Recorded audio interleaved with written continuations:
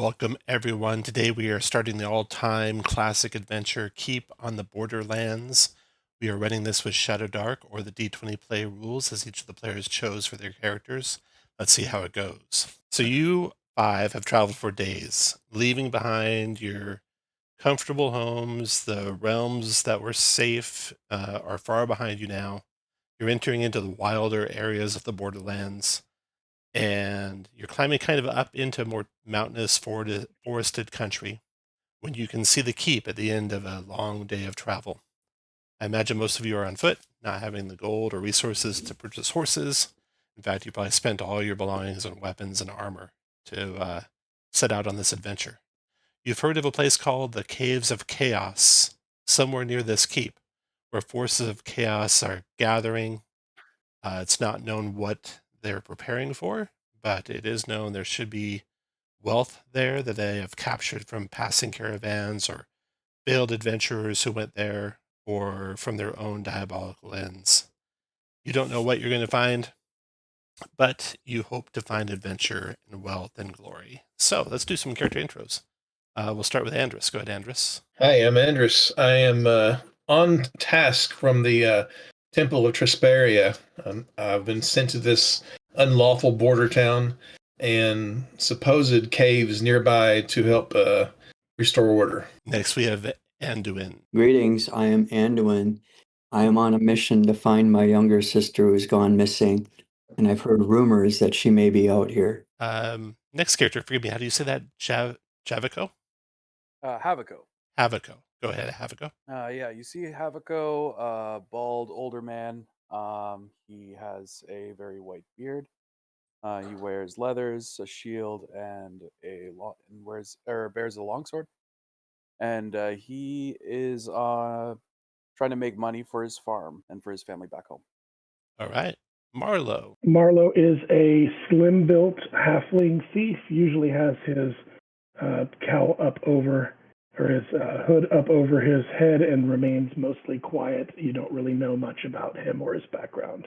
All right. Sarvala. Sarvala was a comet had appeared during Sarvala's birth, which was a bad omen for her elven clan, and she had been banished from her clan at the time. And she had survived out in the woods on her own, and she was malnourished and frail, and later on she had been welcomed back into her clan, but she decided not to rejoin them as she did not share their kinship anymore, and she has chosen to venture out into the wider world. All right. If you all zoom out, you'll see a map on the left which shows the region around the keep. The map's not a very big map. It's about 2.5 or so miles across, maybe 3 or so miles north to south. So you can get pretty much anywhere on this map if you're in plain terrain in a little over an hour. If you're going into the forest or into the swamp or such, it'll take longer. Maybe you'll get like halfway across the map in about an hour. So pretty tight quarters on the map. And then the map to the right is of the keep, and you begin climbing up to the keep here. You're moving up a narrow, rocky track, a sheer wall of natural stone on your left, the path falling away to a steep cliff on the right. And as the sun is setting in the west, it kind of shows you this whole land out here to the east of the keep, kind of lit up in the golden hour just before sunset.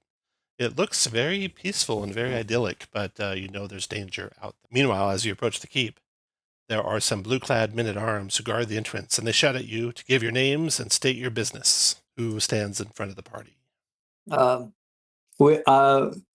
My name's Anduin, and these are my companions. We're all adventurers that are coming to this keep for various reasons. We are seeking shelter for the night before we go forth further into exploring the wilder lands.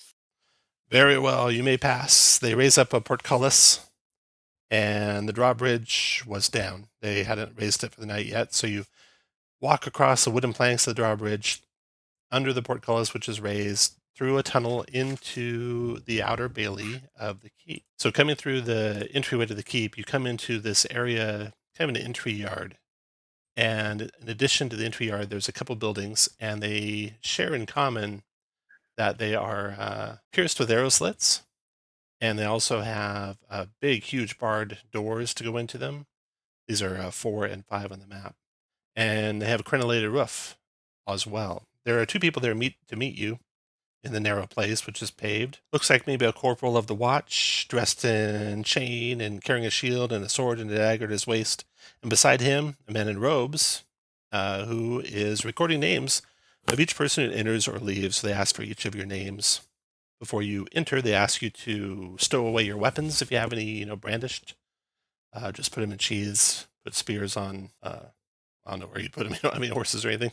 But anyway, and then they ask you the same thing they asked you outside, and they have a lackey come out from the stables. One of those 2 buildings there is stables, one to the north. And they say, "This is Rob. He'll show you to the Traveler's Inn." So Thank you. Rob leads you around the corner to the south, and there's a row of like apartment type buildings where people, maybe well-to-do adventurers, can stay. Not you yet, but then there's to your right, you can feel the heat billowing out of a smithy. And then he takes you further past the smithy. And let's see. Next building to the right is a provisioner.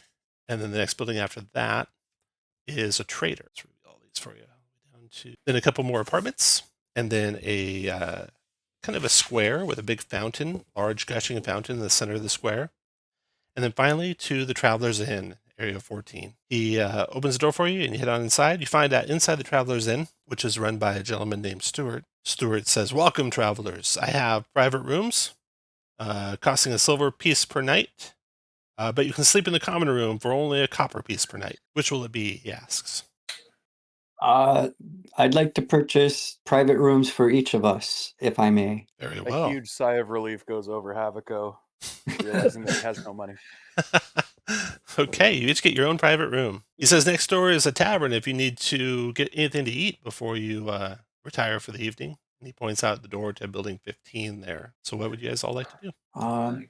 Tavern, I suppose. Yeah, tavern, yes. All right, we'll go across basically the character order. So as you enter the tavern, you see it's pretty busy.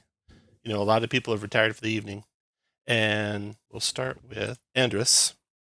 As you guys come to the tavern, it is got a good 10 patrons inside there, and they're all eating various foods and such. There's a barkeep. His name seems to share his name similar to most of the party, is Andley, and he says, "Welcome, travelers," and he takes your order. And do you want to talk to anyone specific, Andrus, or do anything special? Nope. I'll just order a common meal and then look for a table that is somewhat secluded. Okay. Anduin, anything special? Well, I'm just going to point out that when Anduin receives his food, he has this amulet. He takes it off and puts it in his pocket. And he says, "Everything tastes better when I eat food without this." Okay. But actually, he's going to keep an eye out for people who look, I don't know, like they've gone out into the wilderness, and maybe mark them for conversation later. Okay. Yeah, let's see here. There is a dwarven fellow in the end who stands out, but also looks like a traveler, and maybe an adventurer even, because it doesn't look like a just general merchant or anything. So he might be worth talking to for sure. Next person is Yaviko. I guess I'll start asking around to see if there's any local jobs around here. Okay. Broke. Yeah, Anley, the barkeep, tells you that you can talk to any members of the watch or any members of the guard. They're always looking for soldiers, and there was a priest traveling through town. Jovial fellow, seemed like he had a couple guards with him. He might need more guards, and he was looking for adventuring types, he kind of said. So he's staying in one of the private apartments, and it's 7B on your map is where the priest is staying. Traveling priest. So you got Captain of the Watch, Captain of the Guard, Traveling Priest for possible jobs. Then after Yaviko, be Marlowe. Marlowe heads up to the bar, orders an ale or a mead, whatever they have, and a sensible meal, And as he's waiting for the meal, he downs about half of his drink and slides Andley a silver piece and engages him in conversation a little bit. Something to the effect of, while we're traveling up this way, word on the road is something about some local caves nearby. There Do you have any are. information about those? Roll a d20 for me, please. Yeah, he leans in to share a whisper with you, Marlowe, and he says, there are caves to the east, on the east road. After it turns north some distance, I hear of some travelers got waylaid by strange little monsters. They were puny but vicious, scaled with dog snouts. They yipped and barked and ran away when they were met with a lot of force. However, this must come from the caves of chaos, I imagine. That's it. That's the caves I was speaking of. Very good. Very good. Thank you, Andley. All right. And then last but not least, Sarvala. All right, Sarvala will approach the bar and order a regular meal and nothing alcoholic. And she'll ask Anli, but he also knows about, if he knows anything more about the caves. Yeah. If he knows anything in particular about the orcs. He seems to be taken by the sight of an elf, like it's not too common in these parts. And he's curious and talkative, and roll a d20 for Sarvala. He tells you there is one maybe that you know of, or like yourself, a powerful magic user who will destroy all cave invaders, they say. All right, so that's what you guys all find out. And if you want to do anything else this evening besides eat your meal and return for dinner, I'm going to move your tokens down one square. If you want to follow up on any of those leads or do anything else, just move your token up a square, then I'll hit you one by one. Retire. All right. I need to find my token. The tokens are top left. uh, Yeah, top all left. All right, Anduin, go ahead. I approach the dwarf Okay. that's sitting, I presume by himself, He is, yep. and I offer him a pipe, and I say, "This is tobacco from my homeland. I don't know if you smoke, but you're welcome to have some." And I was just wondering if you could tell me about the area, if you know anything. Yeah, he go ahead and roll d20 for me. He examines the pipe, examines the tobacco, nods his head approvingly.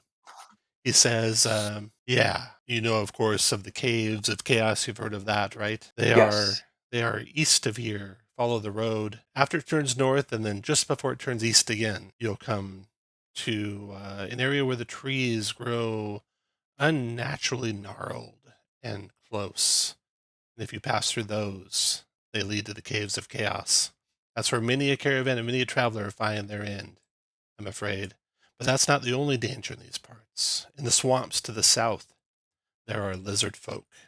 People or almost like walking crocodiles, the size of people. Be very careful of the swamp, he tells you. All And right. then I show him a locket. I say, "Have you seen or heard any rumors of a maiden passing through these parts?" I'm afraid I haven't, laddie. All right.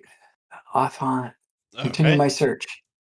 Next will be Yaviko. Go see the priest's apartment, see if he's home. Okay. Yaviko will head on out. We'll get back to you, Yaviko. And then Marlo, what do you want? So Marlowe wants to just kind of position himself. He really doesn't want to speak to anybody, but he's going to sort of pull his hood down over his eyes, lean back in his chair, position himself near some of the other folks in the inn, and just sort of eavesdrop. Very good. Make a wisdom check, but you'll get to do it with advantage because you're going to use some thieving type skills with it.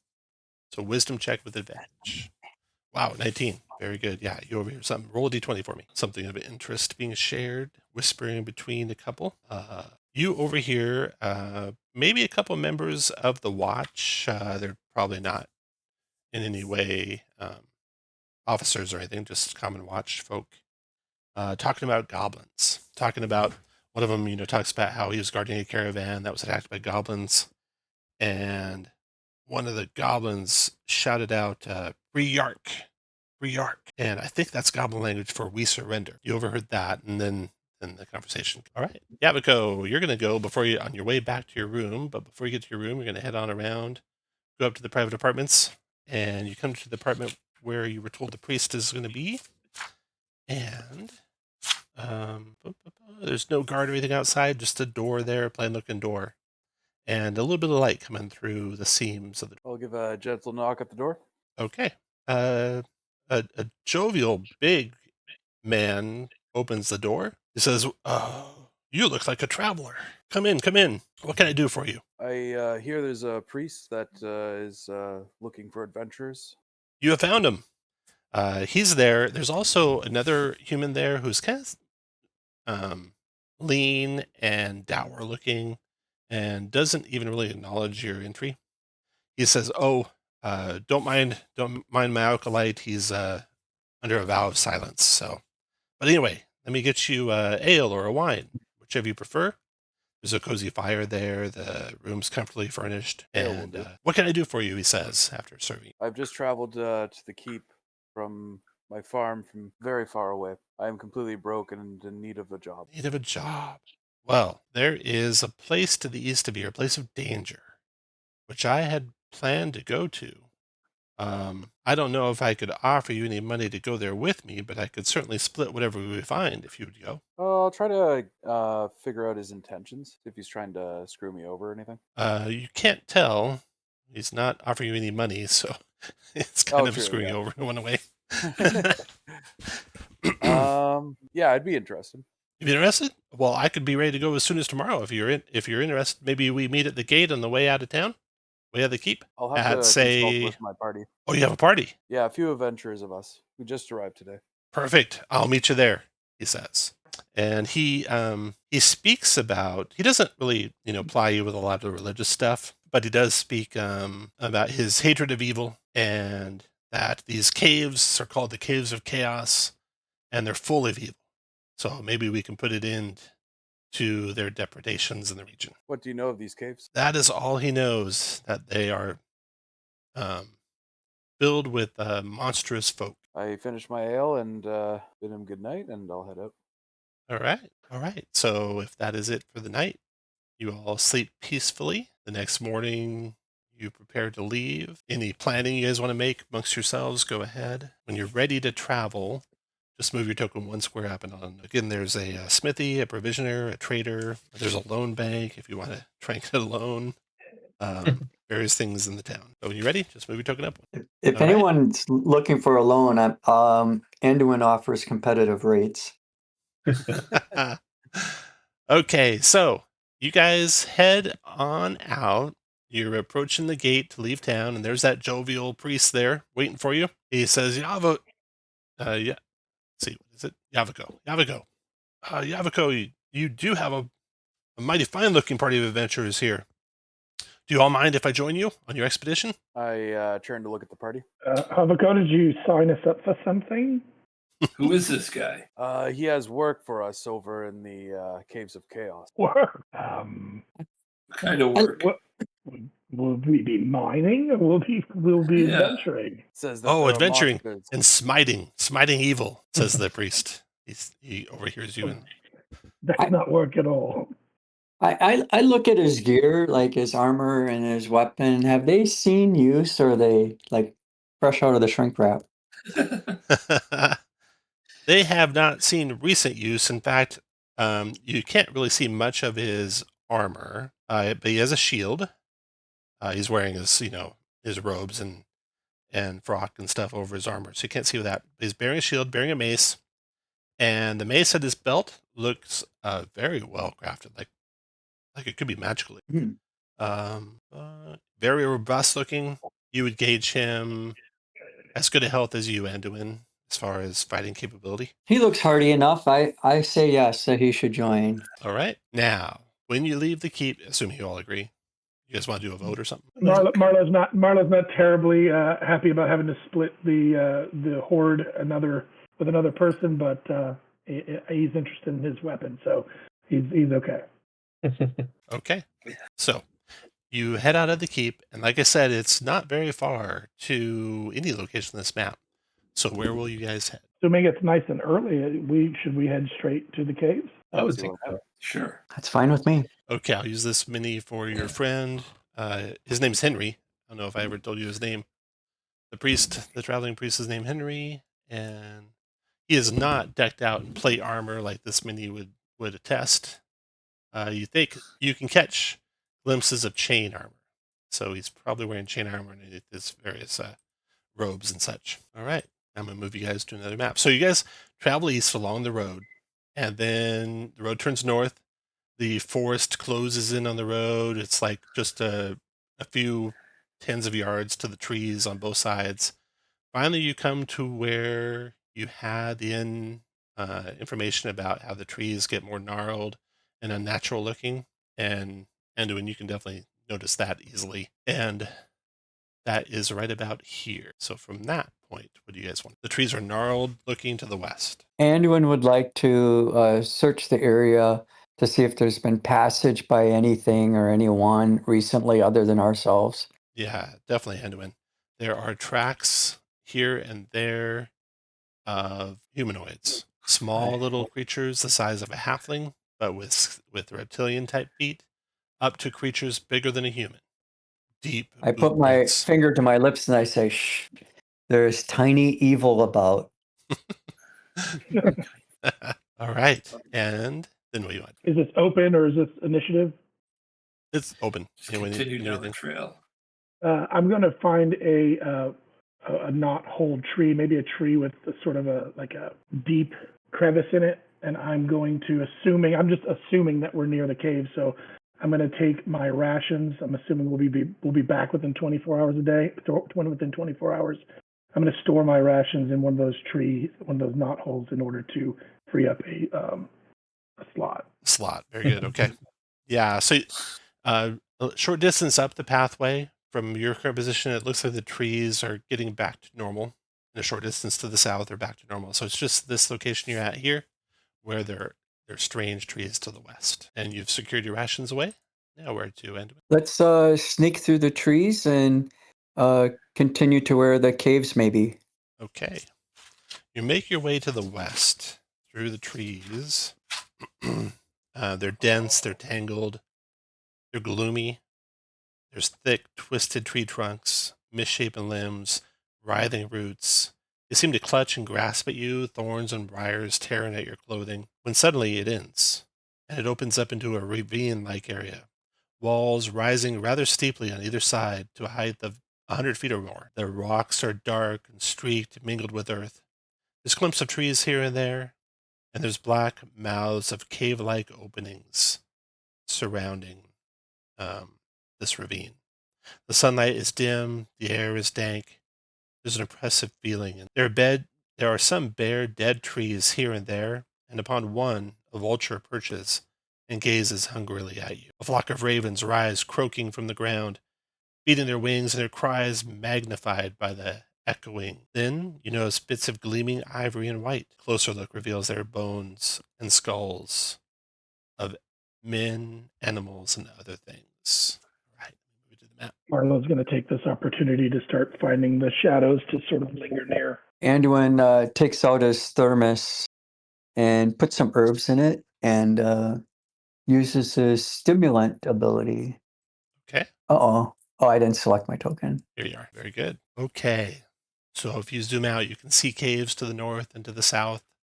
The ravine rises 100 feet to the north and to the south, and it's very deep. You can see parts of the far end of it far to the west of you. Where do you guys go? Well, I was expecting a cave of chaos. I guess they were very literal with their caves of chaos description. Indeed. I checked the ground and look for the tracks of the tiny creatures and follow those. I feel that that's a Good start.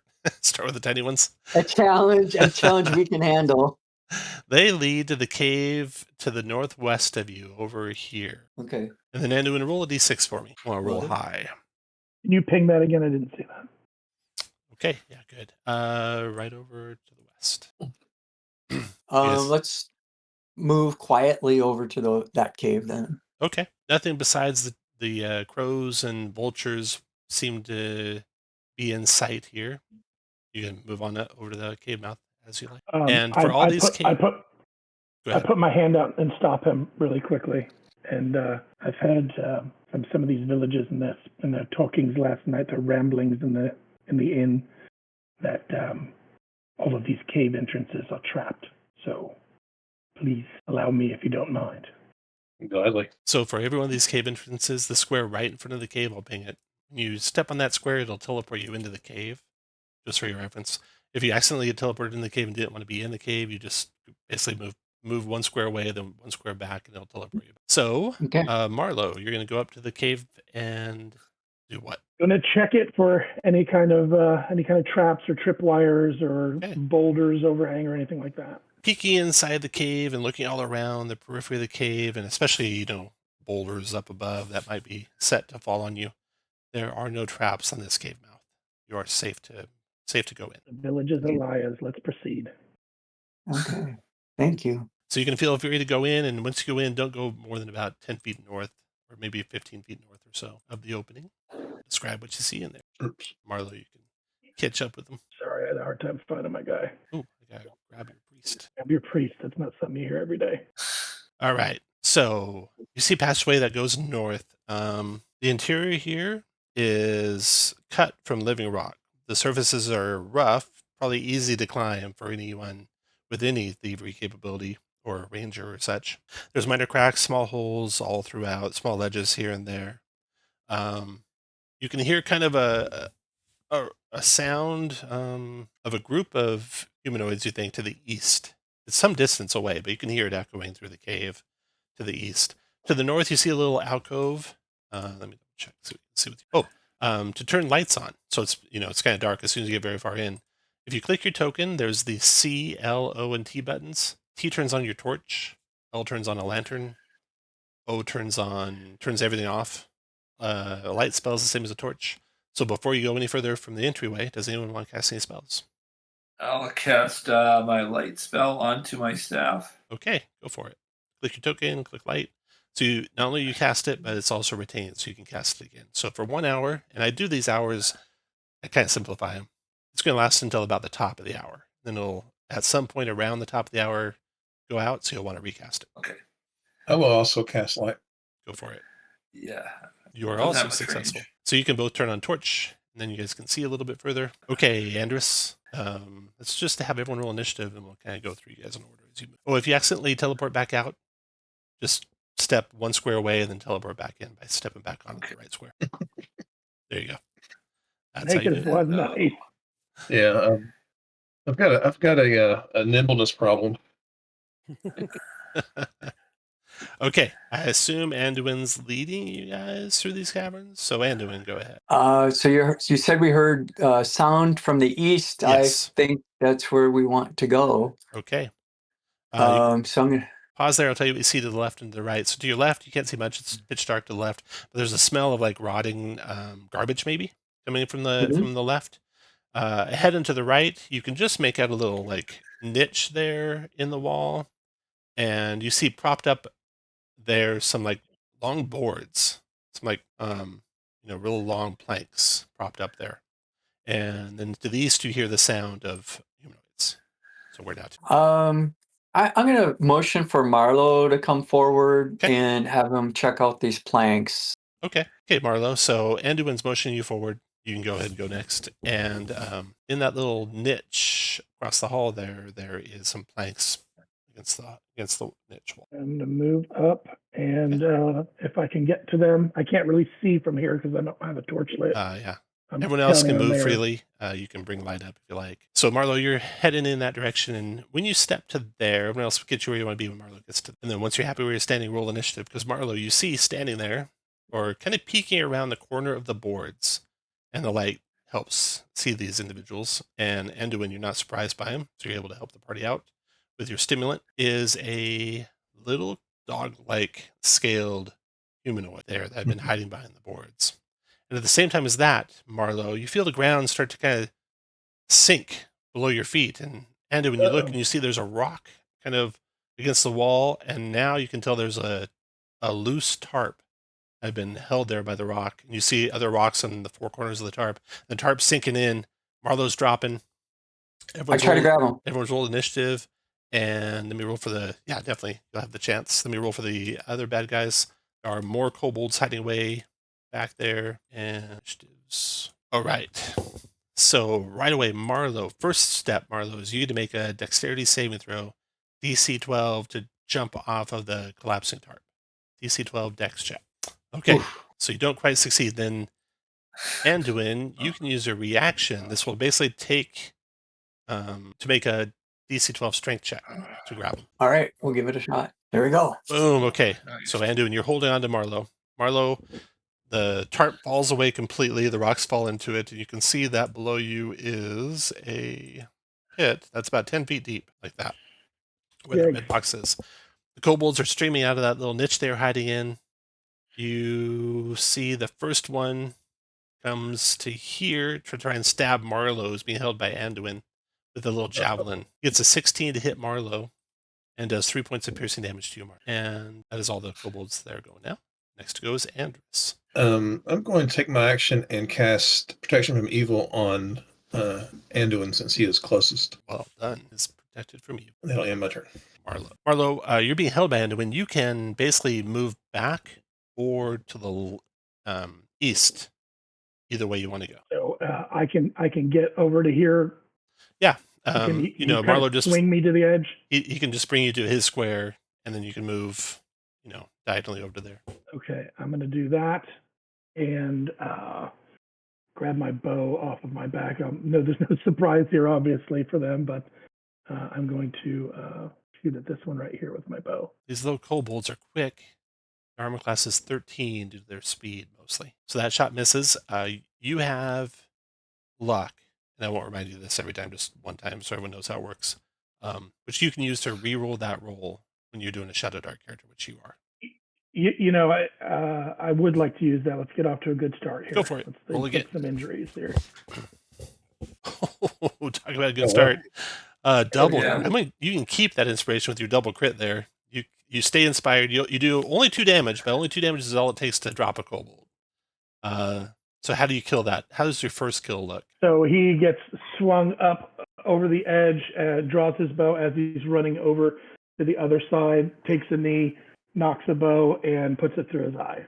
Right in his eye. Kobold falls dead. Nice job, Marlowe. Have a go. Your turn. Is it possible to jump over this pit? It's Towards the east? It's only as big as I drew. So yeah, you can definitely jump. 10 feet, no problem. Okay. So he'll jump over here and try to run and play this kobold over here. Class 13 is what you need. 21 hit, solid hit.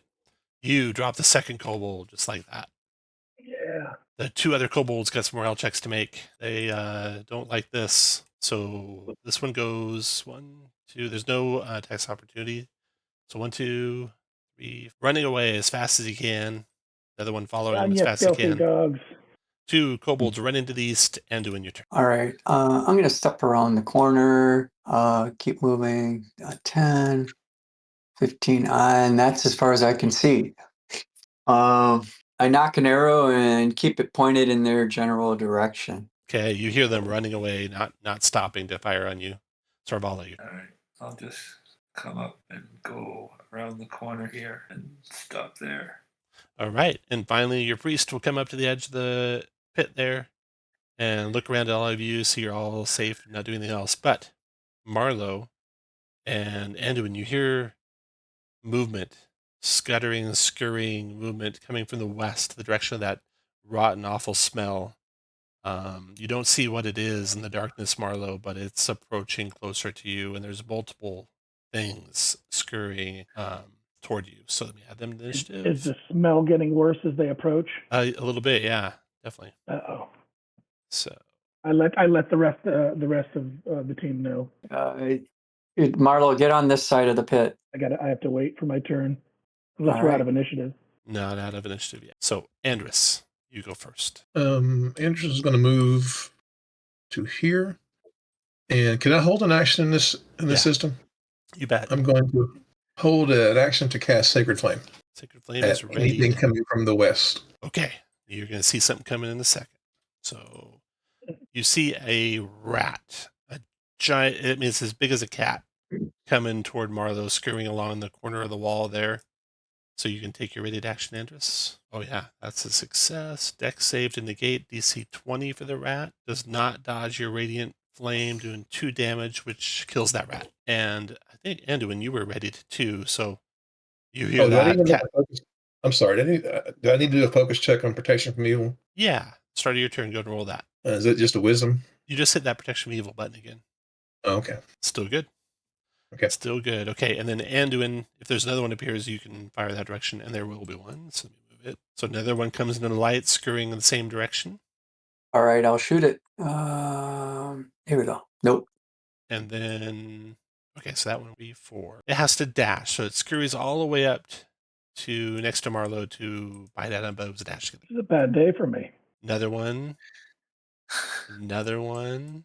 Gee. And another one. And there's more Oh. behind those. Then 4, 5, 6, just coming into view, maybe. Just, yeah, the edge of the light you have is an enormous rat. This thing the size of like a Rottweiler, like the mother of all rats coming your way. And Marlowe, your turn. So just out of reflex, if nothing else, I'm going to take my bow and just aim it down towards the ground and try to take out that first rat. And that's right. Fire next to away. him. Because of the disadvantage for being adjacent to you, it'll be an 8 to hit, which will be a miss. Okay. And then I'll use my turn to go 1, 2, 3, 4, 5 over here and just knock another arrow. Yaviko, your turn.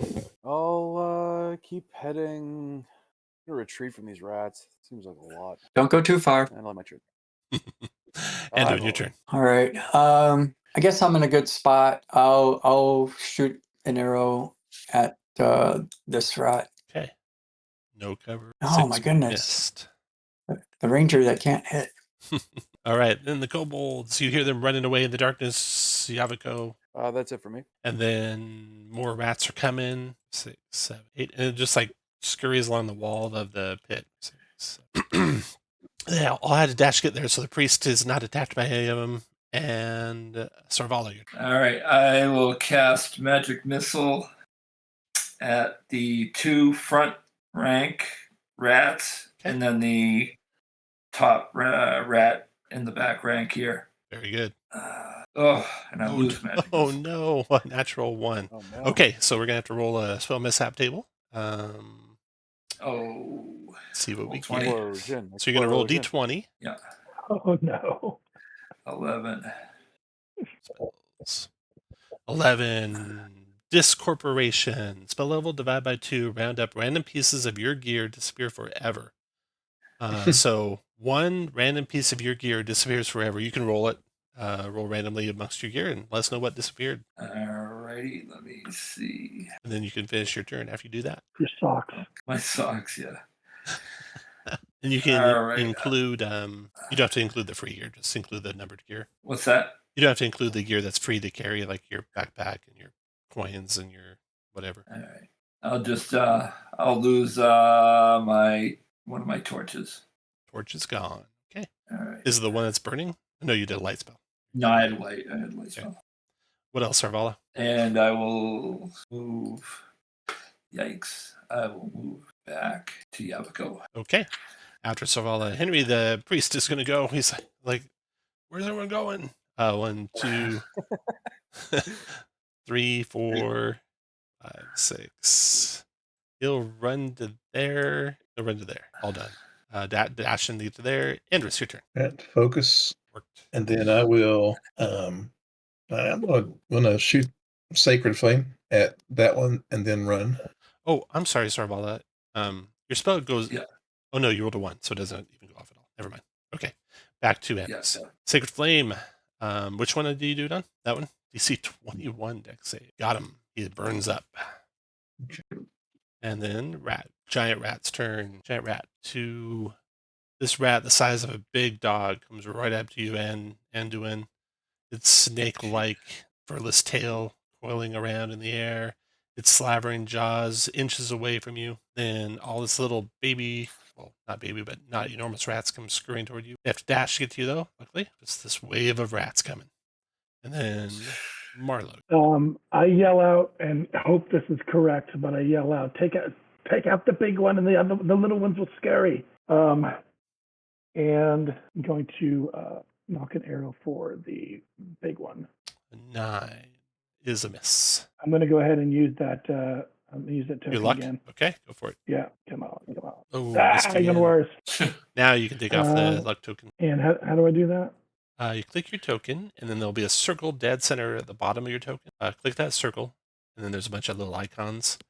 Oh, I gotcha. One's got a blue border. You just click it, the border will go away. And by blue border, I meant blue border around the. I'm sorry. All right. You have to go. Your turn. Let me get my move because I don't want to be here. Go ahead. I want to create some distance. And while he's moving, you can start. I'll switch spots with. I can move into Anduin's square, right? Yeah. You can go there, but you can't go into Anduin Square. You can go into the square of any of the rats, though, because they're 2 sizes different, except for the big one. Okay, I'm gonna try to. I just want to attack the giant rat. My longsword. Okay. Yeah, you go to the square north of Anduin and attack him. Oh, that's a good hit. Bad damage, but good hit. 2. And I'll step back. You cut a big gaping slash in the thing, but that seems to only aggravate it more.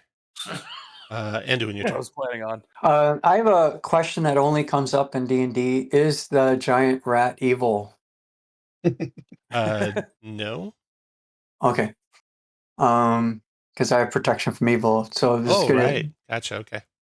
I unsheathe the sword that reflects a starry night sky in its blade, and I say, "Feel the wrath of the night blade." Or this long sword of darkness. I'm going to call it the night blade, though. Okay. And here we go. I'm going to aim for the largest one. Okay. Oh, that didn't do it. There we go. Crit. Yeah. Oh my God. You cut him all the way in half, long ways with that blow. Down it goes, blood and guts everywhere, splatter all across the wall. I love it. And then after your turn, Marlo, in fact, I think Marlo, if you zoom out far enough on your screen, you can see that there's a long hallway, and at the end of the long hallway is a room with a fire pit in it, so you can actually see that room all the way down there, Marlo. And there's a bunch of kobolds around the fire pit. And you see the ones that ran just now come running into the room, gesticulating and yelling in kobold, and all the kobolds are looking in shock and surprise and grabbing weapons. So that's I'll let the team know we've got rats on both sides. Dog ones this way. And then we got the blue rats here.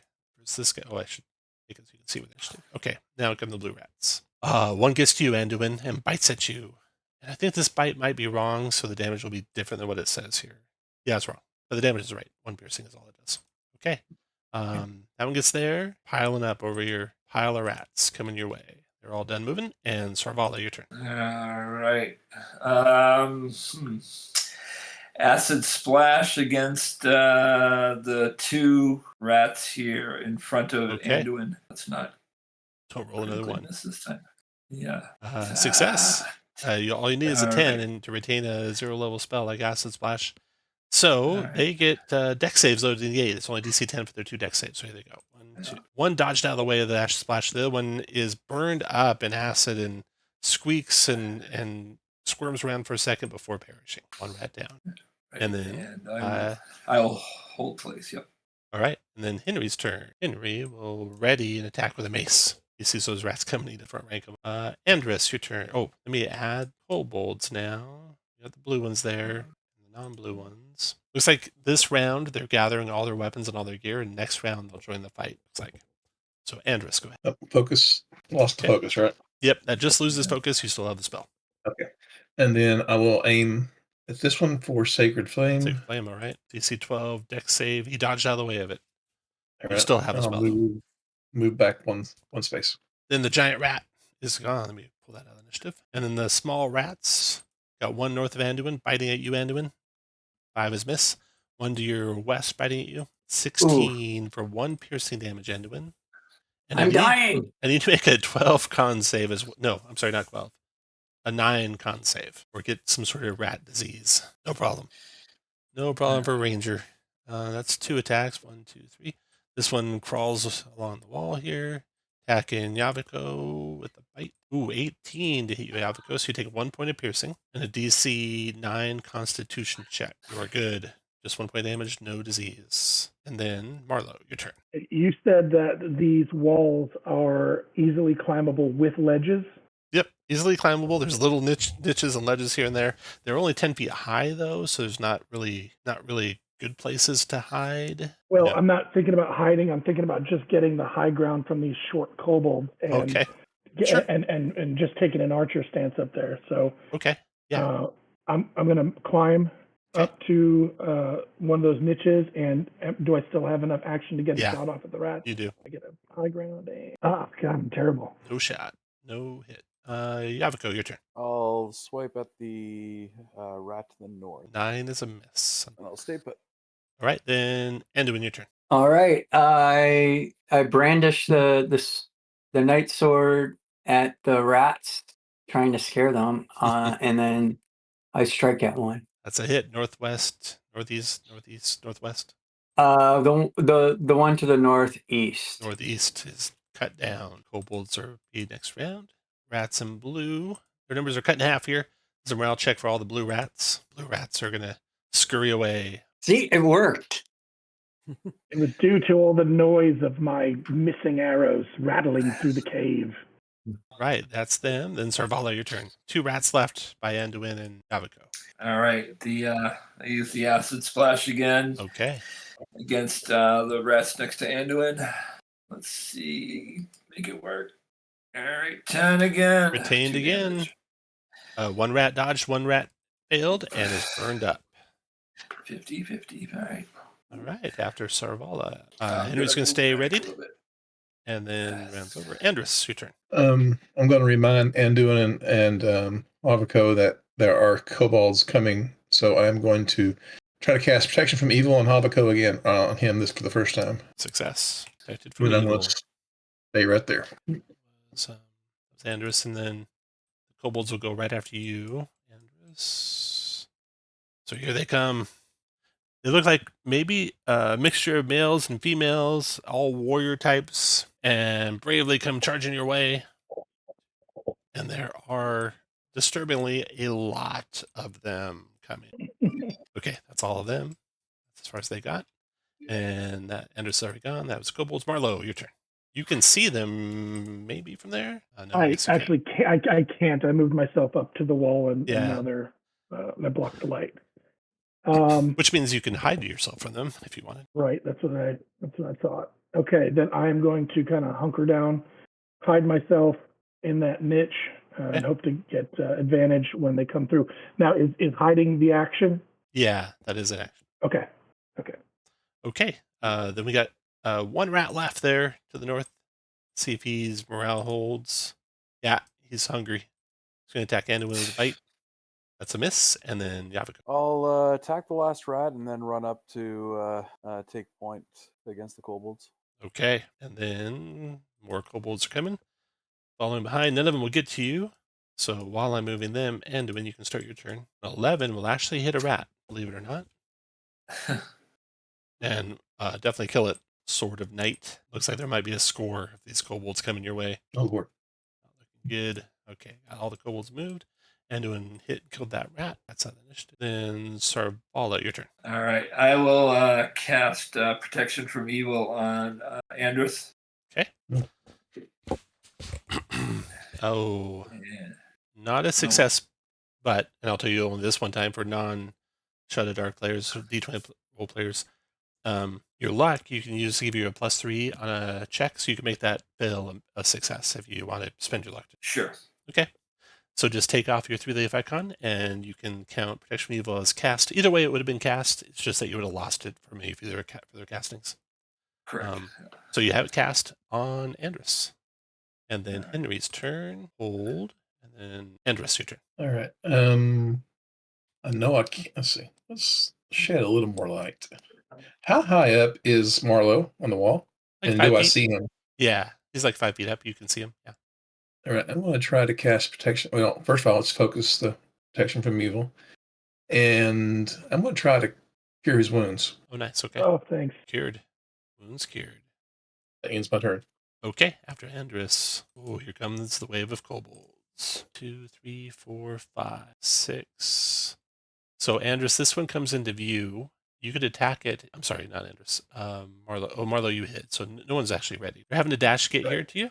So a wave of kobolds comes running up, but it's dash for them to close that gap. And then after them, Marlo, your turn. They don't see you there, Marlo, so you'll have advantage on attack against them and get to do a backstab. Okay. Well, I will go ahead and nail the first one that starts running up. 3 points damage. You killed it. Down goes the first. And now I'm visible, correct? Correct. Yep. No longer hidden. I'm going to. Is there a ledge that's even higher? Am I as high up as I can go? You're about as high up as you can go. Okay, and then I'm going to stay put. The high ground seems good here. Okay. Yaviko, your turn. I'll step forward over this dead kobold, and I'll attack the one in front. Die, you dirty dogs. Oh, yeah. You cut down one. What was the direction from you that you were attacking? East. East. Down goes the east one. Then the blue kobolds come running up, and then after them, Anduin, your turn. Anduin might be. Maybe having trouble. Oh my goodness, taking I the was meat on off. mute.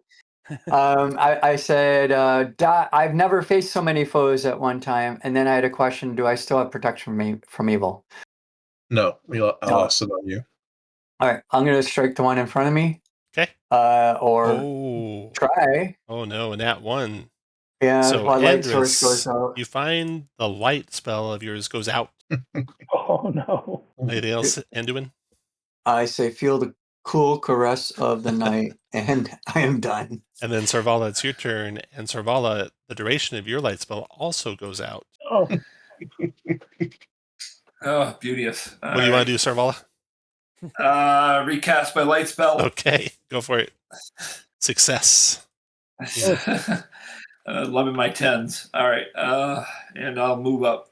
And that is a success, but now you've lost the light spell, so no more casting it. Okay. Oh, yeah, it's level 1. Yeah. All right. And that light spell go off somewhere near the top of the hour. Could be plus or minus 5 minutes from the top of the hour.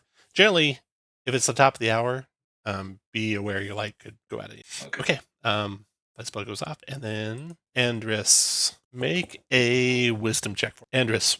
You're looking at the kobolds that are rushing forward to attack Anduin and Yaviko and you and all the rest. And you notice a kobold look at Henry, the priest, with a note of recognition. Okay. And then Henry, the priest's turn. Priest cast Toll the Dead on Yaviko. Yaviko, you hear a bell toll over your head. The wounds make it so you're going to have a disadvantage on the saving throw versus this. Toll the Dead. Creature you see, 30 feet, cause the sound of a church bell to be heard by the target. This church bell is discordant, though. It's like an evil church bell. And it's going to be a D8 necrotic, wisdom save negates disadvantage if you're wounded. So let's see how he does for his spellcasting. He's at +3 on spellcasting with a D20 roll. DC 18, Yaviko, or take a D8 damage. You take, lucky you, 1 point of necrotic damage. And then Henry steps back. Andrus, your turn. We have been betrayed. Choices. Goodness gracious. I do not like betrayal. I am going to move up, and I'm going to swap him with my longsword. Armor class is 16 armor class. Yikes. All right. All right. And I will give him a curse or two. After Andrus comes the first kobold group. So they all move up there. And we got one attack on Anduin with a javelin or a little dagger. 12's a miss on Anduin. And then we got 2 attacks on Yaviko. Miss, and 16 hits Yaviko for 2 piercing damage. Yaviko. Marlo, your turn. Going to loose another arrow. No success.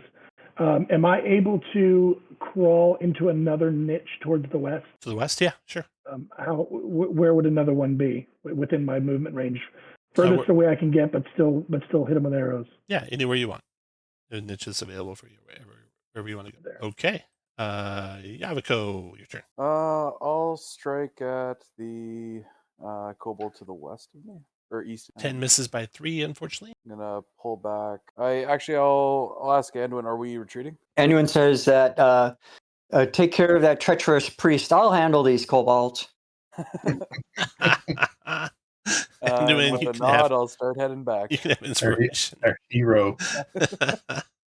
All right, the blue kobolds close up the ranks. I missed that. Someone said something. Oh, it was just Nothing. It's fine. Anduin, your turn. All right, let's hope I don't eat my words.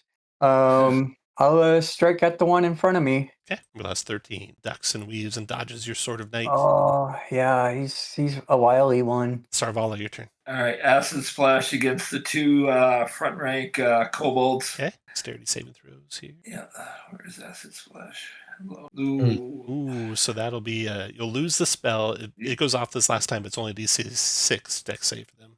Yeah. Which they both dodge, and you can mark that spell off. Yeah. Nice little trick. If you shift and click on, I'll do acid splash, then you can uncheck show as token action, so you know you can't cast it again, and magic missile will do. Yeah. So it kind of like just reduces your spell choices down as you lose your spells. Yeah. Okay, that was Sarvala. And then after Sarvala, Cleric Henry.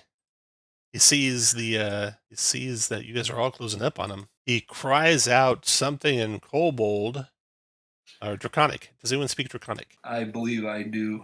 Let me check. No. I do. Sarvala does. He cries out, "Overwhelm them!" to the kobolds in Draconic. Overwhelm them. You got him afraid for his life, though, so he's going to attack with his mace, which does look magical. He's a +1 to the attack roll here on Andis. Ooh, 18 to hit. Oh, that'll hit. Maces do d6 plus, this one is magical, so d6 plus 1. 2 points damage, Andrus. Okay. And then he holds his ground there. And then Andrus, your turn. All right. 1 second. How can you be in league with these beasts? How can I push this guy into the pit? What do I need to do for that? Oh, nice. He's not really on the pit yet, so it might take you 2 rounds to do it, but with an action, you can shove him 5 feet. So another action next round, you can do it. All right. If you succeed, no, it'd be opposed strength checks. I am just going to swing. Okay. Ooh, That's a hit. For 1 slashing, unfortunately. all right. After Andrus. Kobolds. They look at each other, Anduin, and they can see that they're trying to think of what that cleric said to them. Wisdom. They get a DC 15 wisdom check. They're going to do exactly what he said. Nope, they're not brave enough to do exactly what he said. So they're going to swarm Anduin, but not the whole party. Bring it on. So I forgot to guys remind you. I'm sorry. I forgot to remind you I have protection from evil. So I Oh, okay. So I should roll. What's that do again? a disadvantage, I think. Oh, I thought you said you didn't have it on me anymore because you cast No. it on Jericho. Sarvala cast it on me, I think. Oh, I see. Okay. Okay, so with disadvantage, he would have hit 18 minus. He would have hit 15. That is. I'm AC 14. Okay, now on to you, Anduin. We got 4 kobolds coming, AC 14. Both of the all attack with their little dagger / javelins. 1 miss, 2 hit for 1 piercing. Okay. Miss and miss. 1 hit for 1 piercing. Marlo, your turn. He is torn whether he wants to shoot an arrow at the betrayer or make sure that his friend is not overwhelmed down in the bottom. And I think with his puny weapon, he's probably going to choose the kobold. He's got better hopes. Kill the betrayer. Anduin sees the confusion in your eyes. He directs him towards Henry. Is that what you're saying? Yes. Okay. All right. He takes him up on it. Oh no. Yaviko, your turn. Oh, betrayer's in trouble now. Real fighter's on his way. How dare you betray me, Henry? And I'll swing down. Oh, Henry knocks it aside with his shield. Kobolds are coming. They all pile in. Then Anduin, your turn. All right. Come on. Night sword. Oh, There that's we go. A big hit. Oh, man. Which one? Jeez. The one to my left, to the northwest. Northwest is got down. Yeah. Then Sarvala's turn. All right. Ray of Frost against the kobold north of Anduin. Okay. Armor class 13 is what you need. Okay. Another spell gone. You can mark that one off your list. Luck. This could be a short adventure for you guys. Henry's turn. Now he's fighting against 2 of you. Will try to strike down Andrus still. You got protection from evil going. That protects you this time by a mile. Then he's going to get out of dodge. He runs to here, jumps over to there. 5, 6, doesn't gather. Then Andrus, your turn. Oh man, I can't fall without light. Sure you can. I will I'm going to cast a light spell. I think that's probably the most prudent. Done. You should move where you want. Kobolds are going. They're surrounding and 4 attacks coming. I'll also move. 15 hit you for 1. Okay. All the other 3 missed. Marlo, your turn. Marlo tells his teammates, he sent us here to our deaths. He's gone now. Let's let him think that that's exactly what happened. Let's take care of the problem at hand. We can deal with Henry later. We know where he's going. And he is going to shoot an arrow at the kobolds and try to take care of that. And as he's still an incredibly terrible archer. Yaviko, your turn. Haviko will hit back, and I'll attack the one to the south. Cutting him down. Now the blue kobolds are going, and they don't like that half their friends are getting cut down. They talk amongst themselves, and one of them goes running in north. Then the other ones kind of back up a little bit, and they're done. Anduin, your turn. Marlo, we're going to have a training session when we're done here. And the swings at the north one. No. And someone needs to train me on the longsword. Sarvala, your turn. All right, I'm gonna move up and attack with my dagger. That's all I got left. Hit for 1. All right. And then Can I back? Yeah, can you I can back keep off? moving. Yeah, definitely. Okay. Henry's running for it. And then Andrus, your turn. I'm also going to. I forgot to focus on protection from evil. Done. So Haviko still has it. And then I'm going to strike this one. Longsword. Missed. And then Kobold's turn. These guys see their friends moving away. They're going to move away too. So all these guys. So they'll come to backing away, kind of cowering and shivering, and all the kobolds are back into their cave away from you. So you're standing there with several dead kobold bodies at your feet, Anduin. There's dead kobolds at the intersection in the northwest. Lots of dead rat bodies everywhere. Henry's gone out of the cave. You don't know where he's gone yet. Staying around at least for a little bit. See what you guys do. Marlo. Marlo, needing more marksmanship practice, can still see one as he's running out, and he's going to go ahead and try to hit him. Yay. All right. Nice. That guy's got cover from you, Marlo, from several of your party members. That's a miss. Oh. I am. Am I not up above them? No, not to hit the kobold on the ground, shooting through Okay. Yaviko. You'd still be going through Yaviko. Okay, so that's Marlo. You can move as well. Yaviko, your I'll move up and attack that kobold to the east. second. There is no escape for you. Did the light go out there? Okay, that's good. Yeah, you cut down that kobold. They're yipping and barking and retreating faster. The ones in blue, you can see come into the firelight of the chamber past, to the east, and then disperse to the north and to the south from there, trying to cower away from you guys. And then Anduin, your turn. I'm going to, probably not wise, but I'm sick and tired of these MFing kobolds in this MFing cave. And I'm going to swing at this one. Hit. Dropped him by a long shot. You don't hit often, but you hit hard. Well, yeah, that's these are humanoids, so yeah. Sarvala, your turn. All right, I'm gonna move up, attack with my dagger, 13 is what you need. That's a miss. and I'll back up. Andrus, your turn. Okay, focus. And then Sacred Flame on this one. All right. Got him, Oh, boy. even with a 7. You can't cast it again, but you got him this time and killed him. Okay, And that's my then turn. the kobolds, that blue one should have ran. Move him with the other blue ones. He's gone. And then the white one's there, running for the cave. Then Marlo, your turn. I cannot see anymore, so I'm going to go ahead and move down to here. And I see, well, I actually can see them in the background there. We're probably going to have to deal with them at some point. So I'm going to go ahead and go for another one. Or Marlo. I'm going to have so much garbage to pick up. Yeah, but go, your turn.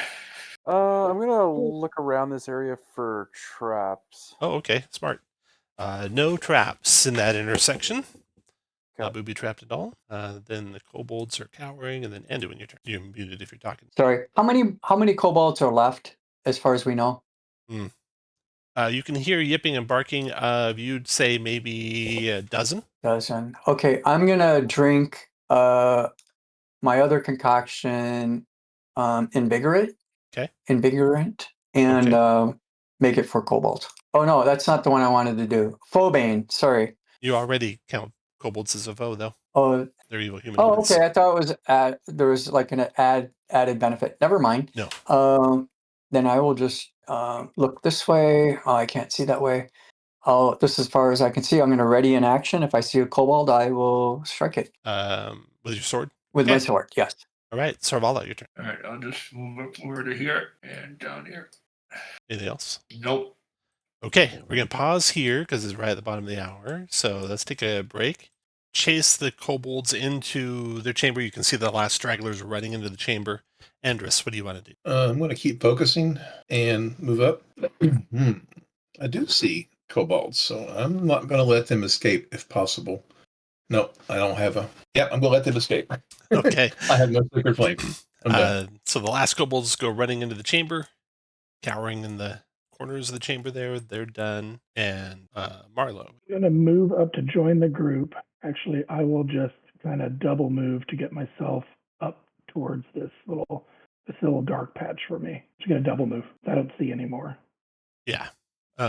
Any chance along the way of being able to recover any of those misses? Yeah, half of the arrows, you have to take an action to do it. You can pick up half of the arrows you miss. Yeah, then I'll move back, so since I wouldn't have been able to get a double move. Okay, pick up some broken arrows. Dalvik. Dalvico. I'll double move up. Quickly noticing the error of his ways, takes a 5 foot. Okay. Who was it that spoke Draconic? If you want, we can. Do you guys want to come out of initiative? You guys can talk amongst yourselves. Sarvala. The kobolds aren't attacking; they're just cowering, so you can take the fight to them at any time. So, what do you guys want to do as a group? Whoever it was that spoke Draconic, I'll say, speak some sense to these dogs. Should we use them for our purposes? The only purpose I want from them is to tell us how we can get the betrayer. And if they won't do that or they can't do that, then they are meat to me. Understood. All right. Then I will go up to the kobolds and ask them and say, "Oh, proud and strong dog-like warriors, how can we avenge ourselves of the betrayer, your proud and strong friend?" They don't seem to recognize who the betrayer is. The man with us, the priest. When you say that, they talk amongst themselves, and you can see there's some argument saying, "Don't say it, don't say it, don't say it." But then one of them stands forward and says it. Says he lives in the highest cave in the west. That's where the Temple of Chaos is. Do we trust? Do I trust what the kobold says? I don't know. That's up to you. All right. All right. This kobold says he's in the cave to the west. Them if he's friend or foe to them. Are you his friends? A look of like consternation and head shaking. Or They say does he have control over you? he is the master of the caves. Or no, they don't say that. They say he is with the master of the caves. Mm. And the master is the wizard? Powerful priest. Tell them if anything they said to us turns out to be a lie, we will kill every single last one of them. All right, we will be back. When you say that, Anduin, you can kind of feel the hairs of the back of your neck stand up, even though your not be surprised thing might be up. But you're not surprised when a couple of kobolds appear around the corner behind you guys. Let's see if your light goes that far. Sure does. Yeah. Okay, so a couple of kobolds are going to appear. These ones are bigger than the others and better armed. And behind them stands one even more enormous than all of them combined. And this one says, "Throw down your weapons," in broken common. Do not make me miss you with arrows. Assuming you don't throw down your weapons, they start kind of moving forward, and we'll roll initiative. Everyone go ahead and roll initiative. All right. Okay. The first of the two bigger kobolds comes forward to strike down Andrus. He gets +1 to hit with this attack. He's bigger. So 17, Andrus. That hits. Or 2 points of piercing damage as he stabs you. Then Anduin, you go next. Um, The kobolds behind you, Anduin, don't Yeah, seem to be aware of this confrontation. They are staying as coward as they were before. okay. I'll 1, 2, 3. Yeah, I'll step forward and I look over my shoulder and and say if you have any more protection spells, I think I'm going to need it. And I'll strike at the one that's right in front of me. Okay. Armor class in these guys is also 13. Oh, okay. No. The next kobold to go is when the bodyguard's when you try to attack Anduin. He attacks you at +1 to hit. 3 misses you though. Andrus, your turn. I assume the protection spells have lapsed since we were out of combat. Correct. Okay. Actually, not necessarily. They are. Just make one extra focus check. That'll be the time out of combat, and then one focus check for the start of this round. So you're good. And then at the start of this round, you're not. All right. So Havako no longer has protection from evil. I will be doing this. I'm going to try to cure my own wounds. Okay. Well, question. If you fail a focus roll, that doesn't mean you lose the spell. That just means you're no longer concentrating. That's correct. Correct. Unfortunately, you don't retain it, but you do get it off the first time. So you do get 9 hit points healed, but you just don't have that spell afterwards. All right, I'm running bear now. And it's my turn. Okay. Next to go after you is Marlowe. So unfortunately, I cannot see the big baddie. So I'm going to shoot an ineffective arrow at the closest. The 2 bodyguards, just missed him by 1. I'm getting better. Getting closer. Then you got the little kobold next to the chief, and the chief grabs the kobold by the scruff of the back of its neck and shoves it forward and says, "Fight!" Then that thing attacks Anduin with a javelin with his shaky hands. Somehow stabs Anduin right in the groin for 4 points of piercing. Anduin could use a protection spell right now. And then the chieftain goes. He strides forward. It's too late for that. With his javelin at +2 to hit. 9 misses you. And then Yaviko, your turn. So that was the chieftain that just moved forward here? Correct. I'll move up and attack. It dodges out of the way of your sword. And then Sarvala, your turn. All right, I'm going to ask the kobolds within their lair. So how do you get to the caves? I'm going to keep them occupied. Okay. So that they're unaware of what's going on in the hall. Yes. You can have inspiration for that idea. They describe the highest cave on the western wall of the ravine. And then next to go is kobold fight and the bodyguard fight. And you have a code +1 to hit for this guy. Misses you by a mile. Anduin, your turn. I'm going to use one of my healing spells. I think it's restorative that gives... Curative, I think. At what? Curative? Yeah. Okay, I'm going to use that on myself. So you get 4 hit points back, but you run out of the herbs you need to do it any more times. Okay, that's better than nothing. Better, yep. Okay, then the bodyguard kobold to your west is going to try and cut you up +1 to hit. 14, I think that hits you, right? Yes. 4 points damage. And then Andrus, your turn. Move up. We'll try to protection from evil on Anduin. Success. Marlowe, your turn. Can I get the chieftain without disadvantage? Is he behind that other one? He is behind the other one where you're standing. It would be disadvantage to get him, correct? Okay, then I'll take the one in front of him. Okay. Poor Marlowe. All right. The kobold that stabbed Anduin in the groin with a lucky shot misses wildly this time. Then the kobold chieftain going to take Anduin out with +2 to hit, but disadvantage, misses wildly. And then Yaviko, your turn. Move up to try to help Anduin, the kobold to the northwest. The one to the northwest, the chieftain, arm class. And this guy is also 13. Oh, yeah. Oh, that hit by a mile. But he takes the 3 slashing and keeps fighting. Much stronger than the regular kobolds. And then Sarvala, your turn. All right, I'll continue and I'll ask, are there any other kobolds within these caves? They say... Or are you the only tribe? They tell you that there's the chieftain, and he's much stronger. And then the Where is he kobold located? bodyguard attacking Andrus with a javelin / dagger, misses. And then Anduin, your turn. All right. Which one's the big one? I attack that. Due north. Due north. Here we go. Oh, yeah. 7 points damage. Cuts down the chieftain. How does it look, Anduin? I slice him through the torso, and this sort of knight leaves a trail of black scorch marks through its body. All right, down he goes. All the other kobolds are in shock and fear now. The first of them to go is the bodyguards. Morale check DC 15 with disadvantage. Fails that. He's going to run for his life. He first starts to go north, then he seems to think better of it. Runs due west and up the tunnel that way. And then Andrus, your turn. Take a swing at the kobold on me. You connect solidly, cutting him down. Marlo, your turn. One left. Clear line of sight. You can do it. No! Poor Marlo. I suddenly realized that I've been using the bow upside down this whole time, and I go ahead and I run it. He's running for his life. Back to Yaviko. If I can't see them anymore, stay put. Okay. Yeah, we'll come out of combat.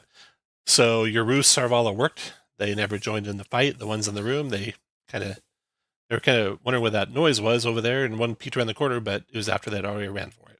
So that's good. All right, I don't trust kobolds as far as I can throw them. I say we take the head of the chieftain and use it to evict every kobold in this cavern. Tell them they no longer live here. Do we want to create more enemies? It seems we got these ones cowed. I might offer a suggestion, but we could perhaps work with these kobolds once Henry comes back and ambush. Do you trust them? We have the upper hand. We've killed their chieftain. They don't know it yet, though. That's my point. I say we let them know. I tell him I like this plan. Not sure how they're going to react to that, though. They are cowering. Tell them to move. Tell them to go find someplace else to live. And if they don't, we'll come back in a day. And if they're not gone, we'll kill them. You must vacate this lair within the day, or we'll be back. And before you even finish your sentence, they're packing up. They're gathering together all their stuff. You see a silver coin drop out of one of their purses. They quickly grab that, put it, secrete it away so you don't see it, and they're all gathered together and ready to leave. All right, make haste. Okay. All right. Those 16 kobolds go filing past you guys and out of the cavern, their gear in tow. Now, what do you want to do? Check out their lair, huh? Okay. Their lair, the room they left, it was a common room. Common kobold nest as such, and nothing really of value here. You find a couple silver pieces they missed. So 5 silver pieces in the lair there. Who would like to carry 5 silver pieces for the party? I wouldn't mind. I will. Okay. I'd be honored. I'll have you guys track the treasure, and at the end, I'll have you type in what you had carried out, since carrying stuff is so difficult. Remember, you can carry 100 coins freely in your purse, and 100 coins in addition costs a slot. So you get that, but nothing else of any value here, except amidst the litter of cloth and bits and scraps of odds and ends, you find a piece of silk worth 15 gold pieces. So that 15 gold piece of silk will take one. It's a big, huge bolt of silk, so it'll take 1 slot. Who wants to carry that? I can take that. I do have All a right. slot. Silk worth 15 gold. That's all you find in their common cave. Are there any other? Well, I guess I could walk in there. And thank you for the protection spell. It saved my life, literally. Anytime. Well, there's no other exits here. I think our job here is done. So out of character, in the grand tradition of old school D&D, should we leave, go rest, and come back and take the chance of them repopulating? Well, if they repopulate, we'll kill them. I mean, we have to. You can't issue threats and not carry through. Our wizard is without spells, correct? Old Ranger Yes, Lou. Correct. And I'm not in good shape. Running on the rims. I mean, we actually have a reason to go back to the keep. I mean, we have somebody that was at the keep that just tried to waylay us. Right. We could maybe look for him, ask about him a little bit, take a rest, and come back in the morning. It's not even a day's travel. His acolyte was left there, apparently, or his supposed acolyte. Oh, that's true. If he goes back to the keep, he has to be the dumbest person ever. And but yeah, we need to inform them of his vileness. Yeah. Let's go back. Or we don't, in case any more people are in on it. Maybe we just ask around about them and that we're looking for them and keep our cards close to our chest.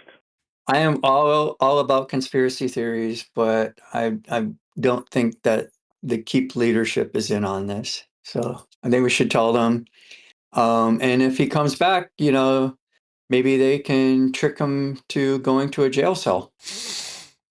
All right. Either way, the rest is the most important thing, I think, at this point, with the wizard out of commission. Agreed. Yeah, let's go back. Maybe we didn't find much gold, so we're not going to be able to gear up or anything. But we know what we're facing now, so we can maybe prepare better. I would like to maybe see if I could see into the bottom of that pit on the way out, though, to see if there are any victims that maybe had some items in there. Oh, we can search the cobalts we've already dispatched. There's a bunch of dead kobolds you can see right here, of course. A bunch of dead kobolds all along the way. You killed a whole bunch of kobolds, including their chieftain, all along the way. So if you want to search those bodies, yes, across all the kobolds, you find a grand total of 60 silver pieces. Who would like to carry 60 silver pieces? Have a go, Gary. Okay. The chieftain, what does he have on him? Oh, he has a key, a large gem on a great golden chain around his neck worth 120 gold pieces. 120 gold piece chain and gem and a key. Those are the two things you find on the chieftain. Let's see here. I can hold that gem for you. Yeah, I trust Marlowe to find a suitable buyer for the gem. And jewelry, for whoever's going to pick that up, they take up a third of a slot. So if you get some other pieces of jewelry, you can put them all together in a third of a slot. Okay, then let's see his bodyguards. He had 2 bodyguards with him, and between the 2 bodyguards, you find 2 gold pieces and 20 silver pieces. Well, I could take the gold chain and just drop a third of my arrows. It's got to be with like equipment when you stack stuff up. Oh, so what's like with the chain? Other jewelry. Any other jewelry. Oh, okay. Okay, so you found that. That's what you found in the hallway up to where Marlowe is standing. So now where do you want to go? Well, I think we're just gonna go to the pit. As long as everyone, do we have enough slots to take what we've found so far? Someone has a gem. Did someone take the chain? I can still carry the gold pieces and the silver pieces. Okay. I have a slot for that. All right. Now there's a bunch of bodies in this area. You already got that silver. And then up here, when you get up to into the hallway by the pit, you notice that the a giant rat, it's got a thin silver chain set with 5 small gems with 40 gold pieces. So that could be in the same slot as someone who's carrying the chain and gem. That was worth 40 gold.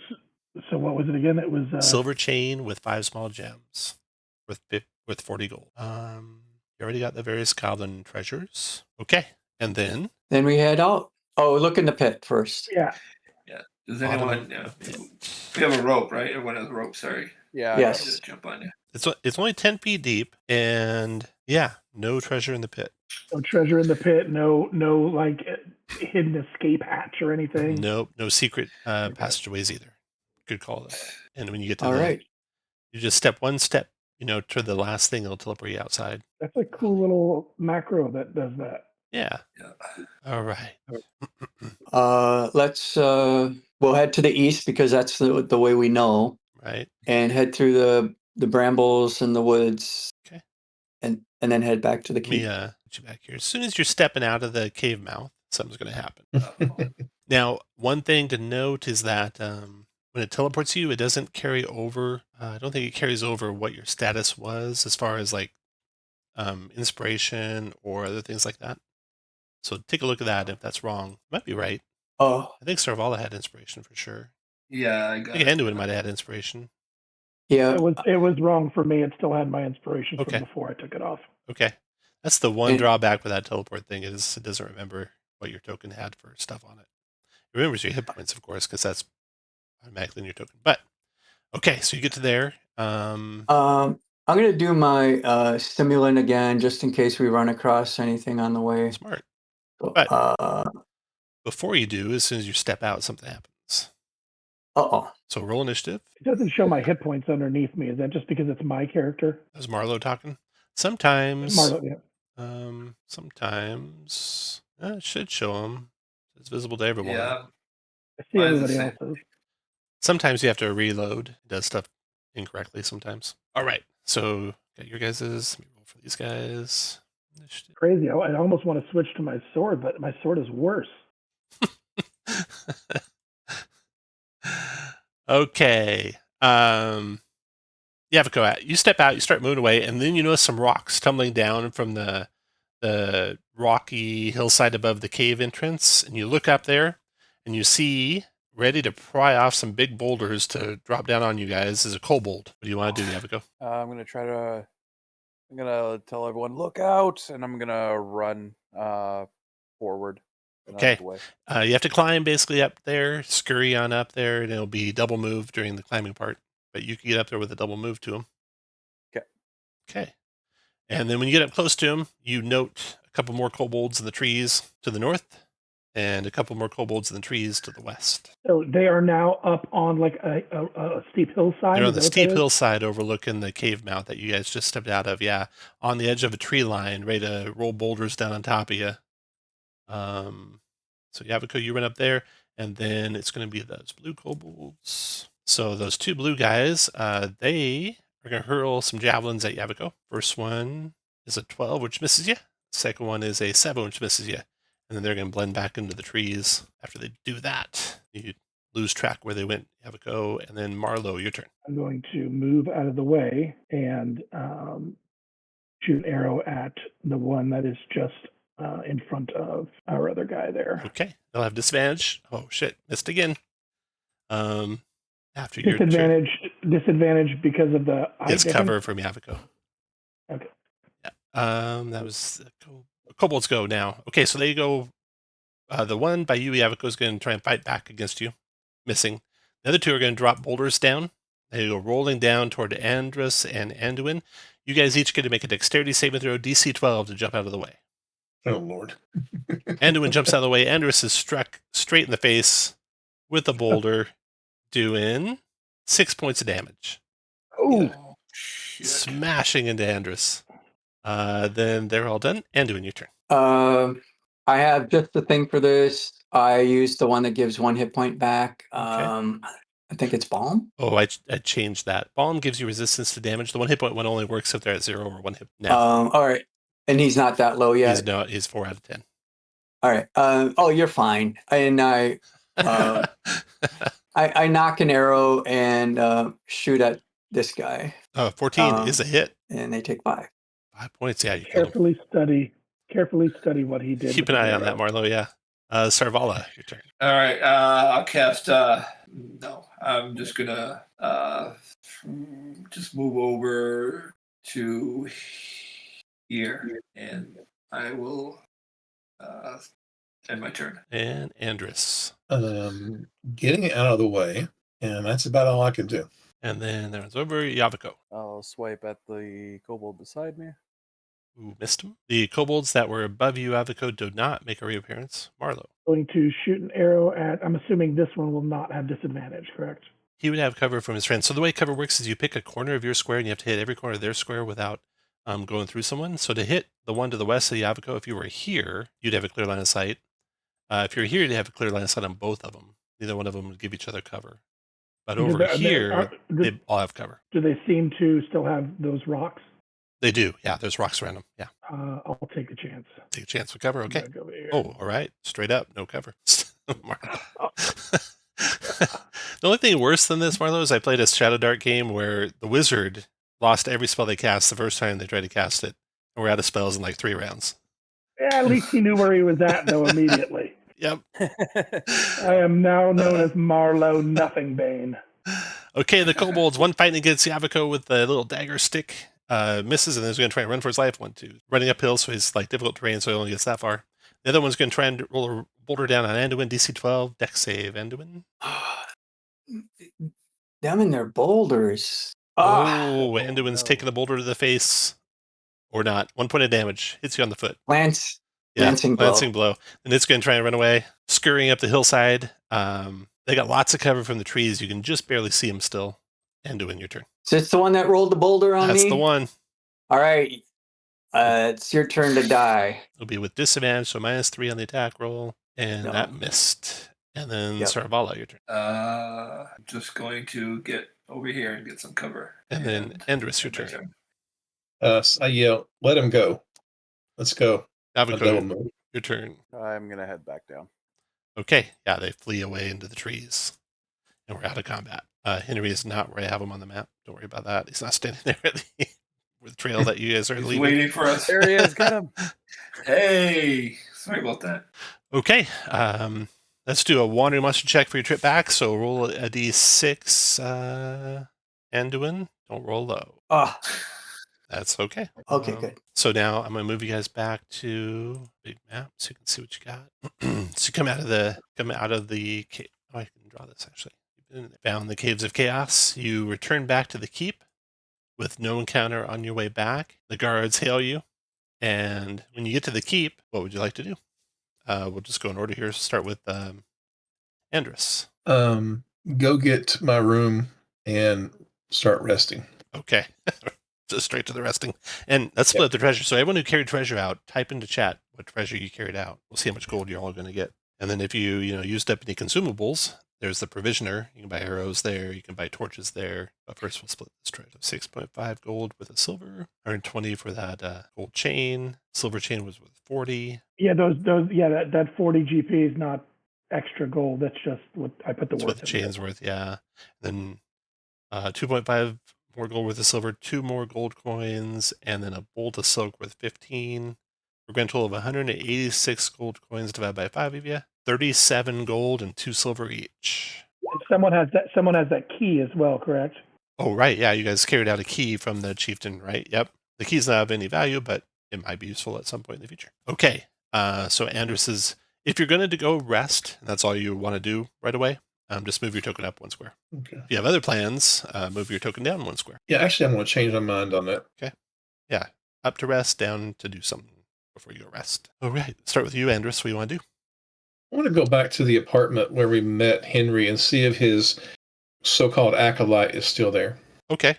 A knock on the door, or just open, or what do you want to do? I'll listen to the door first. No sound. Okay. I will knock. No answer. Open it. All right. It appears it's been left empty. There's still the furnishings, of course, which are part of the apartment, but there's no one within. All right. Search it for anything that's not part of the apartment. Okay, let's see what you find with the search. All right. You find hidden away inside one of the chairs is a small sack containing 3 platinum coins, 3 gold coins, 30 silver, and 30 copper, plus a jeweled clasp worth 30 gold pieces. So let me add that up and divide that for you guys too. So 3 platinum is 30. Tell us about it. 3 gold, 30 worth of silver, 30 coppers, and then 30 for the clasp, 66.3 divided by 5. Okay. So, assuming you share it, Andrus? I do. Okay. 13 gold, in addition, 2 silver, in addition, this is for everyone, and 6 copper. Okay, other than that, you don't find anything. So this looks like some sort of like a stash, maybe that was here for emergency. That maybe they forgot. Whoever was here forgot. All right, that's what. While you're doing that, and doing what you do. I go to the captain of the guard. Okay. And I report. I forgot the name. My character would know the name of the priest. The priest Henry. was Henry. Yeah. I report Henry and his cohorts are priests of chaos, operating out of the caves of chaos. They were allied with the cobalts that have been evicted from there. So that they should know that. He says, "Come with me." Actually, so when you return, it's going to be still daytime. You guys weren't gone long, and so in the keep, you could go to the bailey, who's in charge of the outer. You can go to the corporal of the watch, who you met at the entryway. You could go to the main gate to the castle. Where you want to head to report? The I think where we entered the Bailey, you know, Okay. that's So you enter. that's where I know. Yeah, as you enter, there's a corporal to watch there, Mhm. or you can go to the Bailey. Your choice. Yeah, I'll go to the corporal first. I Corporal. say I'd like. Okay. Yes. A corporal, we have urgent news. There's been an agent of chaos that's been living within the keep. He was a priest named Henry. We left with him yesterday, and he betrayed us to kobolds that are within the keep. They've been working together. Apparently, he has a temple within the caves. Oh, this is dire news indeed. We need to tell the captain of the watch. I'll tell him. Someone from the watch might come get you for a full report as soon as we can get a hold of the captain. Okay. By the way, we've eliminated all the kobolds in the caves of chaos. I don't know if there's a reward for that, but at least you should know. I will convey that to the captain. Okay. All right. And then we had one other person doing other stuff, and that was Marlo. What you doing, Marlo? Want to top off my arrows so I get back to my full 20. I want better ones, though. I want to pick out the nice The ones that are straight this time? Also, before turn, and by the way, how much is that? Good question. I'd have to look that up. I'll look Okay. it up and subtract it. Okay. And then before retiring, I do want to go into the inn. And do we have, obviously we have rooms, or can we do them on a long term so that we have a place to stash treasure and not have to carry it with us? Yeah, you can do that. There's also a common warehouse you can use. In your background, what's your background? You were a noble? Nope. Noble. I was. Noble halfling. Okay, yeah, there's a common warehouse too that you could store stuff if you like. Yeah, I want to set that up so we have a base Okay. of operations. And then before turning in, just want to have one drink and see if I can find out anything that anybody knows about Henry Okay. or possible cohorts that are still in this area. Okay. Roll a d20. See if you find any new information out. No one knows. I mean, Henry, asking about Henry, people, they speak well of him. He was jovial. He was friendly. He wasn't preachy. He was an excellent listener. That guy with him was a little weird, though. And that's pretty much the extent of what everyone thinks of him. So he's keeping good cover. But everyone The kind guy of with was him. freaked out by the guy that was with him. We saw that guy? I can't remember. You did, or whichever one of you hired him. I think that was, who went to talk to him first? Was that Andrus or Yaviko? It wasn't me. Oh, sorry, I was muted. It was me. Okay, Yaviko did. Okay, so yeah, you saw him, Yaviko, and you kind of got the same icky feeling about him. The priest quickly played it off as he had a vow of silence. So, and then as far as any new information goes, one of the guys says that he heard that there was a magical wand that was lost in the caves. Might have something to do with wizards or priests. There's quite a few caves up that way. Do you happen to know which one? No, they don't know which one. They don't know which one. In fact, they might volunteer which one, but you're pretty sure they don't know, even though they volunteered one. And then before you guys get a good rest in, so still the same day before nightfall, you're nursing your wounds, binding your wounds, putting salve on them, and all that good stuff. You are summoned to the Inner Bailey. You're asked to dress in appropriate attire for dinner that night. Are you going to accept the invite? Yeah. All right. Marlo's extremely interested in that, being of noble background.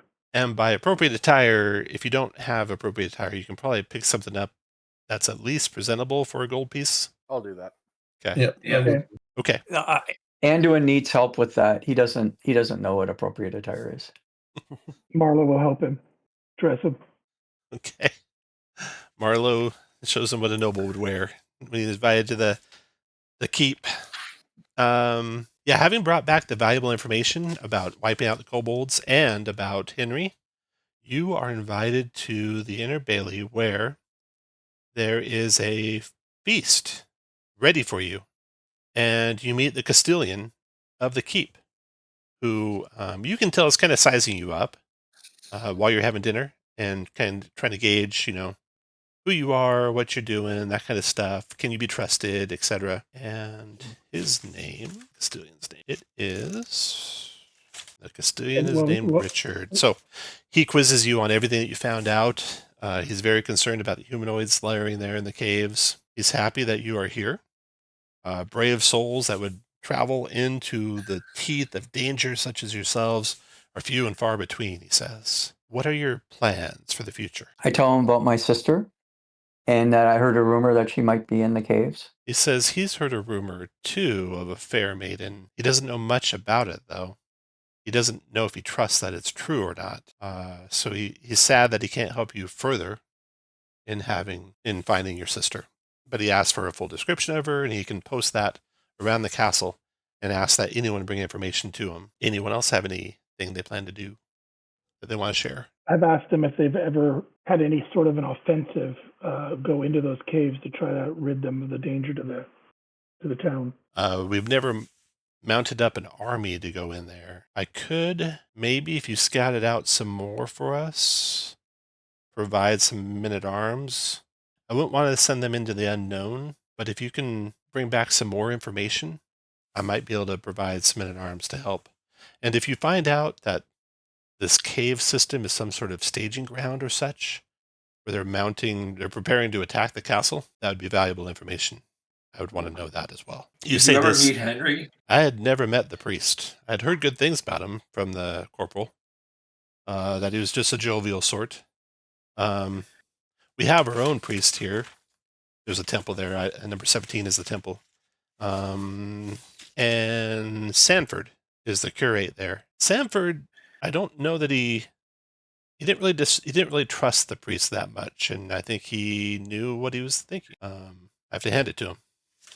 You said there was someone else with the priest? Yeah, some quiet fellow.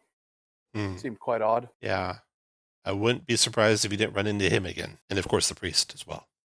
If you can find out who and what's in those caves, report back to the captain of the watch, and he'll bring you to me. Then maybe we can work together to try and rid us of this chaos. You have anyone that gives archery lessons here? Yes, I will set you up. And you're able to use the inner Bailey grounds to practice your archery. That should be something I should add as downtime. So my downtime rules that I'm working on, out of character here, is that you can increase a skill or gain a skill temporarily, or a language, or should give you like a +1 on making attacks. Something you can do for downtime. I would love that. I was just thinking about downtime today, and like, wouldn't it be cool if you could train an animal to do like X number of tricks? Oh, right, yeah. That's another good one. Okay, so now, if you're willing to be basically sponsored by the Castilian, as the dinner is winding down, he will set you on a mission, if you're up for it, that there is said to be an ogre, he's heard. If you can track down that ogre and bring back its head, there will be a greater reward for you. And I can provision you for the trip. Not much, mind you, but maybe a little to help. Say 10 gold pieces each, and a blessing from the curate before your next expedition. Marlowe is... what are the crimes of this ogre? Well, we had one merchant caravan come back with a wagon completely destroyed and looted and taken, and they said the ogre was the one that smashed the wagon. They fled for their lives.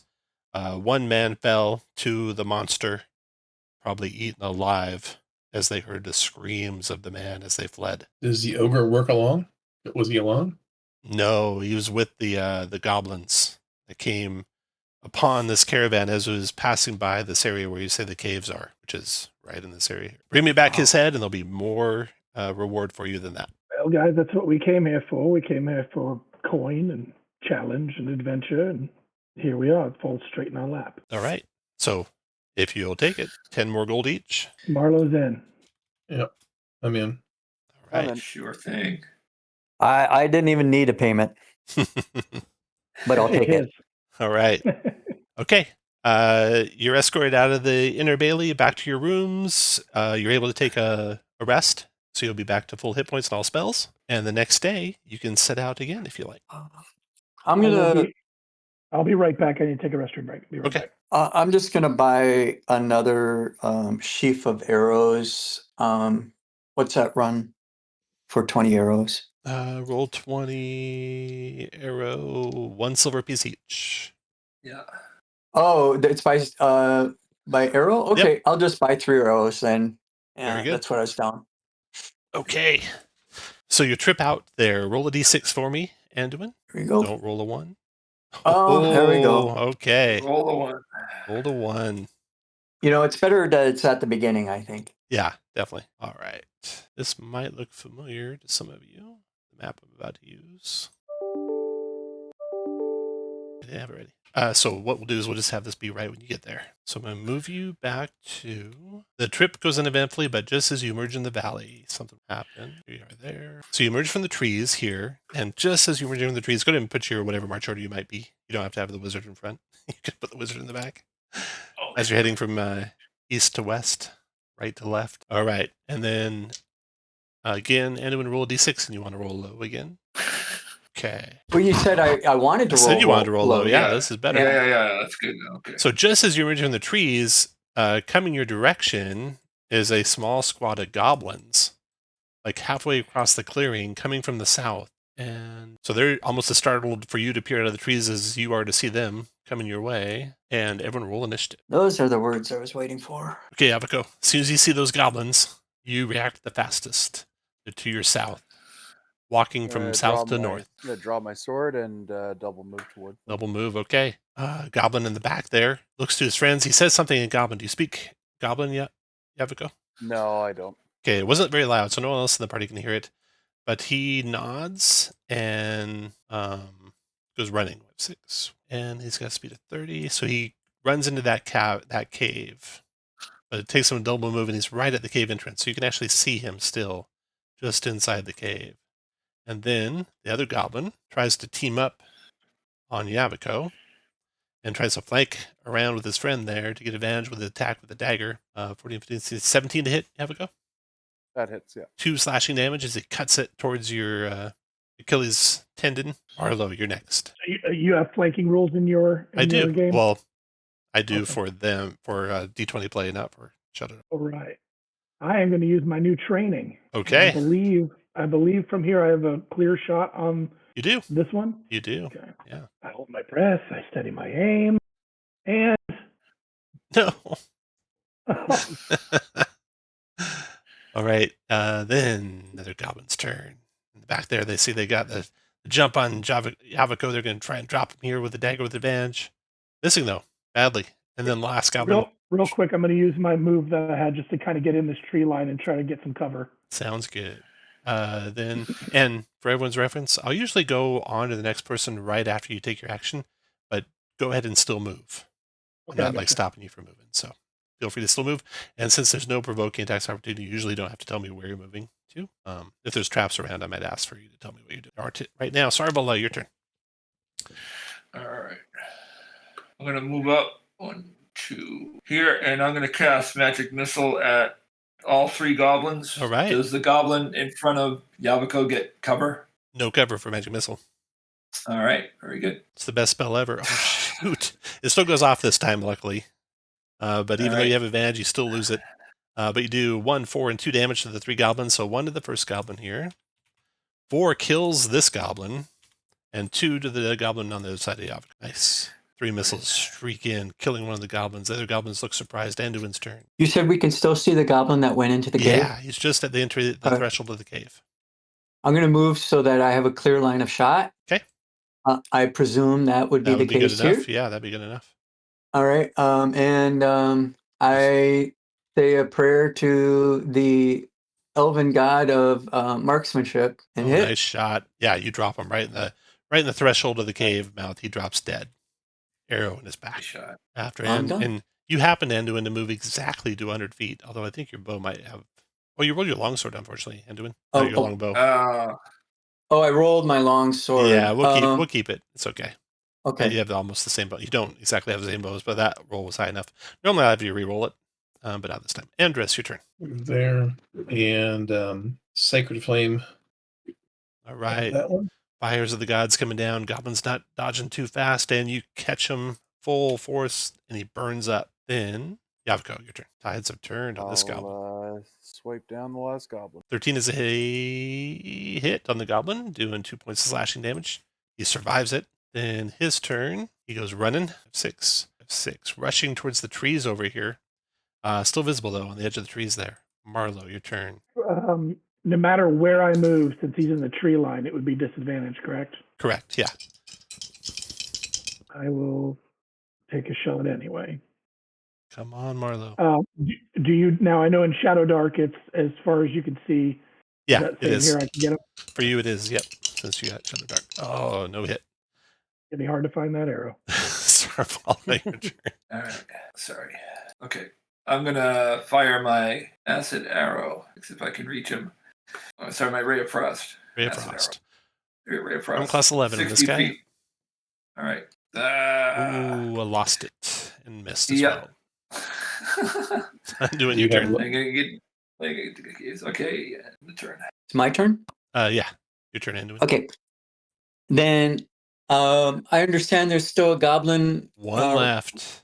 Roaming. Yeah. Okay. Running for the trees. I'm going to click on my bow. That's a hit. Even with disadvantage, 11 is a hit. And you kill him, so he's over here running towards the trees. Dead. Down he goes.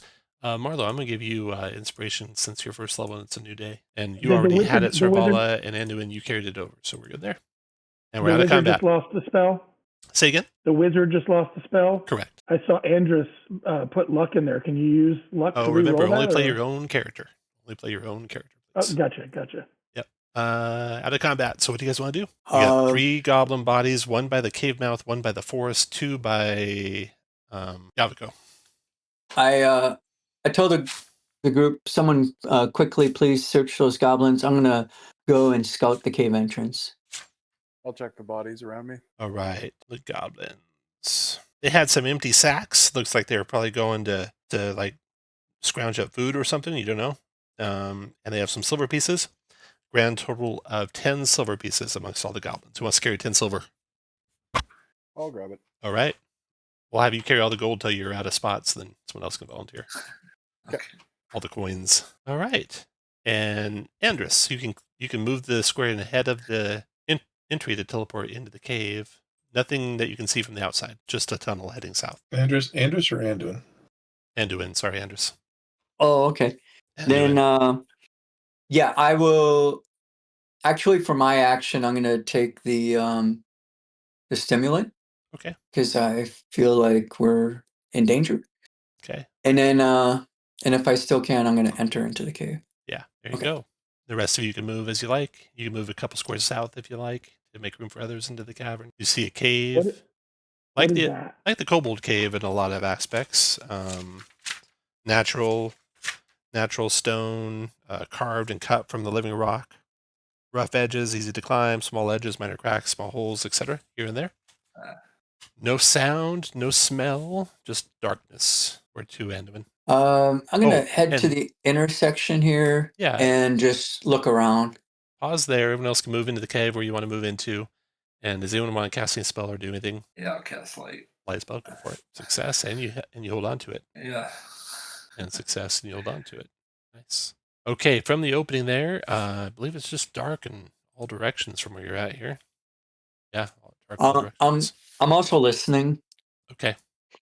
No sound or nothing? Which way, Anduin? I'm going to look for tracks and see if there's any big footprints that lead anywhere. Okay, you see tracks of small creatures, consistent with goblins. And then your stimulant triggers, and what would have been surprise is not, as goblins fire on you out of the darkness. So everyone roll initiative, please. Goblins roll their initiative, but they don't get advantage. Direction do the arrows seem to be coming from? Turns out both directions. Okay, Yaviko. Anduin says, take cover, everyone. Yaviko, no shots happened yet, but you've got warning from Anduin. You can't see what it is. You sense danger both directions. You go first. What do you want to do? I'll run forward, take some cover. All right. Duck around the corner there, and then the first arrows are incoming. See if Sarvala. Sarvala. You can't see it, Sarvala, but to your west, an arrow comes shooting your way. 16 for 4 damage. I'm down. Sarvala drops. Oh boy. And then another arrow coming from the southeast onto you, Anduin. You can't see it, so he has advantage. 15 to hit. It hits. 3 piercing. 8. So Sarvala is a d20 play character. So the way that will work for death, Sarvala is kind of like 5th edition D&D. You'll have 3 death saves they have to fail. And at the start of your turn, you get to make a con save each time. And if you make your con saves, you can act. But then you don't get a successful death save. If you fail your con save, then you don't get to act and you have a failed death save. Okay. If you make it and you take no action, that counts as a successful death save. So we're at Marlowe. Marlowe, what do you want to do? Before I do anything, I yell out, "Can you see them? Can you see them?" Because I want to know before I jump around that corner. There's a line of sight. Oh, it's Ted. Doesn't answer. I don't see anyone. You don't see anybody. Okay. Is there any crevices or anything in the wall that I can sort of get some cover from here? Mm-hmm. Yeah, you can hide where you're at for sure. I'm going to do that until I see people coming into the light. All right. Sarvala, you have a death saving throw, DC 10 con save. DC 10. Oh. That counts as 2 failures, so you're now at close to death with 2 failures. Then after Sarvala, Andrus. Well, let's see if I can do my job as a priest. Holy mackerel, you heal her for 8. Too bad she only got 3. But yeah, fully healed up. Sarvala, you're prone though, so don't forget that. You have to spend 5 feet of movement to stand up. Okay. Your turn comes around. Thank you. Oh, you can take off the red with the 2 on it. Good job, Okay. Andrus. With that super healing on, give you inspiration. So you have inspiration now as well, or luck now as well. And then more goblins. Goblin comes there in the darkness, fires on Andrus with advantage. Misses. Then this guy. You hear a goblin moving away, Sarvala. You hear a stone door grinding as it opens up, and then that's that. And then Anduin, your turn. That was all to the west that you heard. Goblin moved away, Okay. stone door grinding as it opened. Does anyone have a light source here? Sarvala's Mine went out. went out. Andrus is going. Yeah, I got one on. Andrus, where are And you? Sarvala, your light doesn't necessarily go out if it just No. because you're unconscious. Okay. So you can be Okay. lit up again. All right, I'm gonna step here. Yeah, I don't see anything. I'm gonna knock an arrow and ready in action in case something presents itself. I'm gonna interpose myself over Sarvala. Yaviko, your turn. I'm gonna head as far as I can see. Okay. And already in action if something comes within my reach. Goblin shoots at you from the darkness, misses you. And then from the west, a goblin shoots at Anduin from the darkness, misses him. And then Marlowe, your turn. I'm going to follow, use at least one movement. Otherwise, I'm actually going to get here and then dip into a crevice again and try to hide against that wall. You don't know that you aren't being watched currently, so you might not be able to hide at all. You just don't know because it's pitch dark all around you. Something might be able to see you right now. After Marlowe, Sarvala. Okay. I'm going to crawl 2, 3. And that's it. End of turn. After Sarvala, Andrus. Protection from evil. Ooh, you see some goblins just at the edge of your light there, Yaviko. So the Can I protection, take? the protection from evil. This is interesting. Haven't thought about this. How focus spells work when you fail to cast them. So it's up, Andrus on Yaviko, but Yaviko, you have protection from evil going. But Andrus, as soon as you fail your focus check, you'll not be able to cast it again. Okay. Of course, you could use your inspiration to keep it. Yeah, I'll do that. Okay, mark off your inspiration. You still have protection from evil. Andrus is done. Goblin's turn. Hey Tom, Yeah. since a goblin came into my view, can I use my reaction to shoot it? Fire away. Go for it. Okay. Longbow. That'll miss. That's a miss. Okay. That goblin's now the other goblin. He's shooting his bow at Yaviko. Let's see if you can see this other one. Yeah, you can see him. So no advantage on this shot, Yaviko. Just a short bow shot, straight up. 8's a miss. And then the other goblin there. And then end when your turn. I'm going to move forward and see how far I kind of get. 25, 30. Oh, okay. I'm going to stow my bow and take Okay. out the night sword. Nice sword, and whack nice. him. 14 damage to that goblin. Cuts his head And clean off. I'm gonna make sure most of the gore lands on the goblin behind him, Perfect. and that's it. That's into that round. Now, Sarvala, you hear something big coming from the west. Something massive coming from the west. Let me add it to the initiative. Okay, but Yaviko, you go first. I'm gonna move up and try to hit the last goblin over here. Okay, It's a miss. 6 is a miss. Whatever it is coming your way, Sarvala, it's big. It's clumsy. 6. It sounded like it knocked over a big wooden table as it came this way. And now, Sarvala, you'd guess it's just around the corner from you, Okay. to the west from where you're at. But it had to double move to get there. It's done. Next is a goblin. And these goblins move to here in the darkness and fire on Yaviko with advantage. Disadvantage? 18 to hit. Oh, yeah, it's evil, so it's only a 15. Or regular, yeah. Does a 15 hit you? I think it does, yeah. Okay, 4 points of piercing damage. An arrow comes from due south of you, Yaviko. And that's it for them. And then Marlo, your turn. You can hear this thing maybe 30 feet to the west coming out of the darkness down the hall. Hearing it coming, and shaking the ground, I'm kind of in my little niche there. I'm going to use my halfling ability to go invisible. Oh, nice. So, what do I do? Just throw a timer on there? Yeah. Here, I'll do Good this for guy 3 for rounds. 3 rounds. And I will shift one over just in case it saw me before I went invisible. Okay. All right. After Marlo, Sarvala, your turn. Okay. I'll yell out, guys, I think the ogre's over here. And then I'll stand up and move back. And I will, yeah. That's it. Sarvala yells out, ogre over here. Andres, your turn. All right. Cure wounds on Haviko. Success. 9 hit points back. Oh, and now you can see those goblins back there, too. So no more attacks with advantage. So the other goblin here is going to jump over the table, try and stab at you with his dagger. 17, Yaviko, for 2 slashing. I've got protection from evil. Did Oh, you okay, get so that's this only a 14, which misses, right? Yeah. And Duin, your turn. I strike at the dagger wielder that came in my range. Which reminds me, Andres, you need to double your focus on protection. Oh, no. Oh, a light source It's goes about to get out. dark. It's already dark. Darker. So Andres's torch goes out, or light spell goes out, plunging you all into utter darkness. Oh, things are getting grim. Things are getting grim. That round is over. Yaviko, your turn. Not ideal.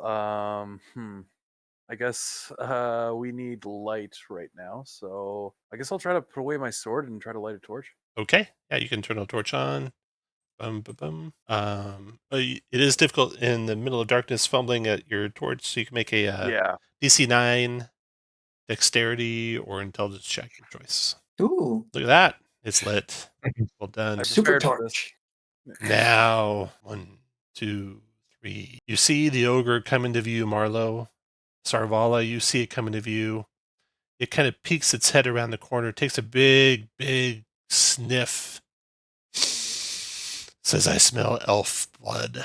Dragging its club around the corner. You see, Marlo, your heart kind of sinks as you see that ogre come around the corner. It towers over Sarvala, but that was a double move to get there. So it's done. Goblins in blue. This one's going to shoot at Yaviko, who's got cover. So this will be disadvantage now. It's only a 14, which misses. And then Marlo, you're Oh, he foiled me by going around that corner. No light down there. Yeah. I'm going to light a torch and toss it here. He can't. I mean, he's around that corner, so he can't. So see before me, you do that, Marlo, you can see light spilling out of that hallway. Okay, then let me move over and see. Oh, okay, great. I can see down there. Wonderful. All right, well then I'm going to set up right here, still invisible, and hope that advantage and backstab can Advantage, make me do something here. Your arm class you're looking for in this ogre is 9. He did it. You did it. Oh, That's a yes. hit. 6 points of damage as you shoot the ogre in the back. It growls and snarls and reaches, it's like a bodybuilder who can't get to the back of his back with his arm, trying to get that arrow out. He turns and looks. He sees nothing. He's confused by that. And anything else, Marlo? If he still can't see me, if I still have the invisibility, I'm gonna just step back 1 to give people room to get around the corner. I'm almost positive half the invisibility doesn't come down with an attack. Once per I'm day, good with become that if you invisible are. for 3 rounds. Yeah, I think you. I mean, it's not like magic. You're just really good at hiding. Yeah. So yeah, you got 2 more rounds Okay. of that going, and that was go. your turn. Sarvala, your turn. All right. I'll step back and shoot my acid splash at the ogre. Praying for her life. Sarvala misses with the acid splash. Is that a dead end there? It is a dead end there. Oh. Yep, I'm in a dead elf. Sarvala's in deep trouble. Andrews, your turn. Focus on protection from evil. All right. And then I will move, and that's all I'm going to do. You have an action left. Is that all you're going to do? Yes, it. Okay. After Andrews comes the goblins. Dun, dun, dun, dun, dun. 2 attacks. We'll do the first one on Anduin with the dagger. Okay. 15 for 2 slashing. All right. Next one on Yaviko with the dagger. You got protection from evil going, so that's a miss. And those 2 are done. And then Anduin, your turn. Okay. I strike at that same goblin again. Let's see if I get lucky. Oh no, if that's Class is lucky. 11. You cut him down. All right. I say there's more of that where that came from at the goblins. I'm done. And then rounds over. Yaviko, your turn. I'll swipe at the last or second, Ooh, cut him in twain. Yes. and then I'm gonna move back. And then the ogre will make short mincemeat to the goblin or the elf. Take the elven blood. Let's see here. Great club attack, a +6 to hit. 16 to hit Sarvala. Oh yeah. Damage is 2d6. 9 points of damage to Sarvala. She goes down, unconscious. All right. And then the ogre grabs her and turns to start dragging her back to his lair to feast upon, and then sees all of you standing there. He drops her. I'm the fair maiden. He drops her, and is ready with a great club attack if anyone closes on him. Goblin's turn. 1 goblin left here. Morale check for him. Oh, brave goblin. He's going to fire his bow again at Anduin. Disadvantage because of the cover. Anduin still hit you with a 16 for 2 piercing. All right. That's not good. Marlo, your turn. Visible attack again. Hit again for 3 damage. Down to 1 round of that left. I'm going to just move a little bit over here. Sarvala, death save. DC 10 con save. Ooh, 1 success. So you can. He's dropped you, right? So you're lying there on the ground. You come to your senses a little bit. You can act if you want to not take the successful death save and instead act. And if you do, your attacks and everything will be at disadvantage. I'll take the save. Take the death save, okay. Playing dead and get 1 green. You can put a green 1 on you. And then Andrus, your turn. Don't see any way to get to Sarvala, so I will sacred. Well, let's see. We'll focus that, Oh, nice. Nice. Yeah, very good. and I will sacred flame on the ogre. Ooh, 17 dex save for the ogre. He Oh. made it. Holy cow. But you retain your spell, Andrus.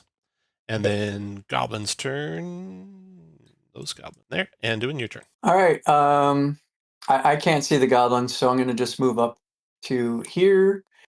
And I say, if I get a protection spell, I will go and engage. But for now, I'm going to stow my sword and shoot an arrow at him. Here we He go. counts as a giant, so you'll get extra damage. Armor class you're looking for is 9. Oh no. Not getting 5. unlucky here. That runs over. Yaviko, your turn. I'll move up to the Okay. ogre. And He'll swing his big club down on your head. +6 on a d20. That's a 19. It's only a 16 with the protection from evil, so I think he hit you for 2d6 damage. 10 damage. Clubs Yaviko into the dirt. Then he bellows and strides over Yaviko's body, and then he's going to try and club down Andrus. No. +6 on the d20. Hitting Andrus for 2d6. 9 damage. Oh, And then strides to there and tries to smash down Anduin. 20. Oh, hits Anduin for 2d6. Smashes Anduin into the dirt. It's looking grim. The ogre's done for the round. Goblins are Run, Marlo. Yeah, Having a we're fight. And then Marlo, your turn. Your last invisible round, Marlo. Oh my keep god. our memory alive. Yeah, I mean, there's not much I can do here. I want to get a hit first because I'm still invisible here for a moment anyway. Does that tick down now or after the end, or I still have one more round? It'll be at the end of this round. It'll go away. This will be the end of your third round. A critical plus 3, 4, 8 points of damage. Solid hit, Marlo. And he's still up, right? He is still up. Man, sorry, boys. Gotta get out No. of here. I don't want to teleport out. After Marlo, Sarvala. DC 10. So that's one failure, Sarvala. Okay. Red 1 on you. Andres, your turn. No guts, no glory. Longsword attack to the ogre. Shoot. Oh. Then Anduin. Death save. DC 10. Con save. I'm sorry, I was on mute. That last attack on me was for 4, correct? No, 10. Oh, it was for 10. Yeah. All right. Well, that's different. DC 10 con save. Boom. So you can act normally. You don't mark a success on the death save if you do. You may move. You may take an action. You can do both. Anything you do that requires a check, attack, or save is a disadvantage, though. All right. Jericho, this character is down. Unconscious, yes. Unconscious. I can't really reach him. The ogre is in his space, like in blocking him. I will. I'm just gonna. Let's see what I get. That's 25. Oh, I guess I'm doing it. I'm leaving. I'm out. I double move out. I'm done. No moving out, done. Round's over. Yavako, death save, DC 10, con save. Ooh, you regain consciousness there at the feet of the ogre. The ogre is looking away from you toward the north, towards your friends. You see, your halfling's visible now. You see your halfling up there. You see your priest up there. You see to your south your dying wizard friend. What do you want to do, Yavako? Don't want to leave Sarvala, but really have much option here. Is there any way I can try to get around this ogre?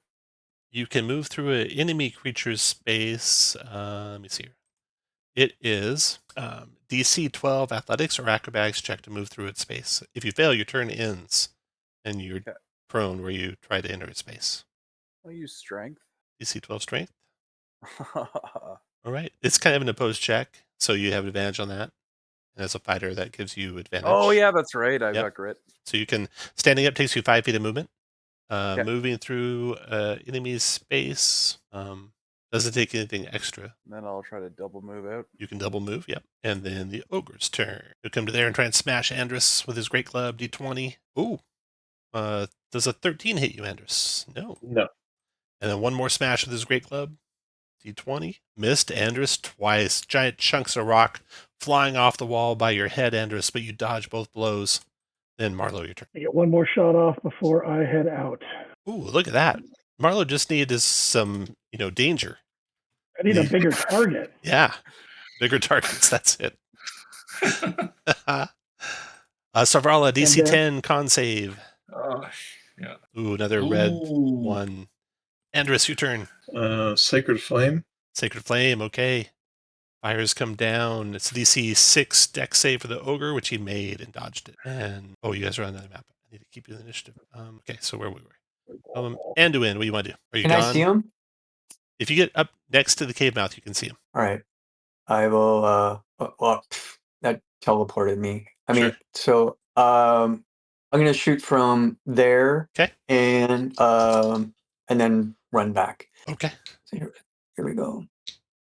13 hit the ogre for 5 damage. Since he's an evil giant. That was Anduin. Yavako. Oh, Anduin. I'm sorry. Aren't you dying? Oh yes, that's disadvantage. Still hit. And make a con Still save? hit, but make the con save first. Okay, so you succeeded. So rather than getting a successful death save, you made your attack, you hit, you did 5 damage. Yavako, you're dying, right? Yeah. So make a con save first, DC 10. So you Yeah, fail. So you fall to the ground, fall unconscious at least briefly. Take 1 death save failure, so put a red 1 on your guy. Ogre is definitely not following out into the sunlight at almost death. He steps back, 6. Grabs Sarvala, starts dragging her away. There. She's got light on her, so he's lit up as he's doing it. He's done. Goblins are done. Marlo, your turn. Marlo, you're not dying, right? So you can do whatever you want. I am not dying, and from outside, can I hear any of what's going on? I know You I can can't see it. him if you're within, 1 square of the opening, 1 or 2 squares of the opening. You can see him. Okay, I moved away considerably, so I'm gonna go back to that, and I'm gonna dip in. Okay. So you can see what's happening. Yeah, you can move out in the teleporter so you can see it. See an ogre dragging away your elven friend. And does he have his back towards me? Does he know I've come back in? No, he doesn't. He's moving away. You have advantage on the shot. All right. I'll get another one. And you only need to hit a 9. And you hit him right in like the jugular. He grabs his neck, blood spurting all out. He falls down to his knees and then goes unconscious. Holy cow. Come on Do you in, believe Marlowe guys. saved the day with his bow? Ogre is down, but now the sad Sarvala may or may not live. Roll a death save. Sarvala DC 10, con. Dun, Oh, dun, no. dun, dun. But look what you have on your character, Sarvala. Unless that's wrong. All right. Reroll. No, you get +3 on your roll. If you +3. spend inspiration, you get +3. Okay, yeah. So you made it. So that you get to either act or take a death save success. Your choice. I'll take a death save. Act and come towards me. I can cure you. Okay. So you got to stand up, and then you move 1, 2, 3, 4, 5, and then you can move 1, 2, and on out. Okay. And then you got 4 more squares of movement from there. Okay. To wherever you want to go. Come to me. I motion like I'm calling a little puppy. Anduin's the one north of you. So okay, that's your turn. Sarvalis, Andrus, your turn. Andrus, you are dying or not dying? Not dying. Not dying. Nice. Okay. Bind wounds on Havaku. Okay. Oh, crap. Yay. You get it off, but you don't be able to cast it again, but you get 1 hit point back, Yaviko. And then that was Andrus's turn. And then Anduin, your turn. Death save first. Yep. DC. I might not have been wise of me to do that. Well, I've been lucky with the death saves. I'm gonna cure Sarvala. Okay. With the one that I can only do on death saves. Okay. Balm? Is it balm? No, balm. It is invigorant. Invigorant. Yeah. All right. 1 hit point back, Sarvala. Oh, that was as close as it could get for poor Sarvala. And Marlo, you can join the party, or you can go search that ogre, your choice. What are the goblins still in this cave, or were they dispatched? You don't know where they went.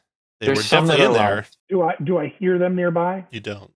Then if I can sneakily get up to that ogre, I will check him and take his head. Okay. You guys will come on poor Marlo trying to saw off an ogre head. And I won't use my arrow. I'll use my short sword. Okay. Let's see what you find on this ogre. Man, that was a close fight. Yep. Saves the day. The ogre. I tell Marlo that he's definitely redeemed himself, and I will buy him a pint when we get back. Taken. Very thirsty, so that's much appreciated. Okay. He's got a purse or more like a sack that he's like using kind of like a purse. So 25 cold coins. And you got an ogre head, and you guys can do what you like out of combat. I'm gonna heal myself. I'm gonna go out and join the rest. That cure wounds was for Anduin. Oh, okay. 4 points. Okay. I got 5 points then. I'll need a way to track someone who's like dying but hasn't failed a death save yet. So if you have like a red circle with no number on it, that'll mean you're dying, but no death save failures yet. And I think you're all conscious now, so no one needs a red circle. Well, I think we should all head back unless somebody wants to stay. I couldn't agree more. All right. Why don't you heal up first though before you hit the road, because you could have a random encounter on the way out. Okay, thanks. Once you're done, I'll put you in a line here, and you can tell me you're done and ready to go by moving your token 1 square up. All right. Well, the second cure wounds was for Yep. was for Havaku. All right. Did And you then- put that inspiration on me, or is that? I did That not was for add me. any inspiration to anyone. So if you remember when it teleports you, it doesn't remember your inspiration. That's Yeah. those teleporters. Look at this. Andrews is just healing all day long. And then finally, the elf. It works. You Yeah. just don't get to cast it again after this. Okay. Alrighty. Who is the 8 hit points for? That was for you. No, that's Okay. for me. Sorry. Oh, okay. You got 7. I got 7. Okay. Perfect. All right. Now you guys head back to town. Is that your plan? Or back to the keep? Yes. All Yeah. right. You get back to the keep safely, and that'll be the end of our session today. We'll play again in a week if you guys want to play. Let's split up the treasure you found. So you have the ogre treasure of 25 gold, and you also had some treasure. 10 silver pieces from the 10 goblin. silver, that's right. Okay. So it's going to be 5 gold and 2 silver each. And then in addition, a reward for you of coming back of another 20 gold pieces each from the keep. And furthermore, they'll offer you help on your next expedition of some troops. If you want to use that, you can. It'll be no cost to you. It'll be some men-at-arms. You also, if you're first level, can go up to second level. If you're second level, you'll stay at second level for next time. And there was no magic items that you found, so none of those to split. So that should be it. Nice. If that was for me, Mike, I couldn't hear you. It's real garbled. You might have to type into chat. Yeah. I have to type into chat, or you can type into Discord. If you have questions, I'll answer them in Discord. So we'll play again in 1 week, 8 a.m. 9 a.m. to noon, or 1 p.m. again, Eastern time. If you can make it, let me know. If you cannot make it, let me know so I can get alternates for you. Okay. Oh yeah, you can Yep, roll I can if you make it. leveled up. You can roll your level up stuff. Your first level going to second. Feel free to do that. And the next game is next weekend? Correct. Okay. Okay. Sounds good. Well done, guys. That was some good exploring and getting out by the skin of your teeth. Yeah. Oh no, hit points are terrible, Mike. And there's no random thing for leveling up, but your backstab gets to be double now, I think. Mm-hmm. All right. Thanks for playing, everyone.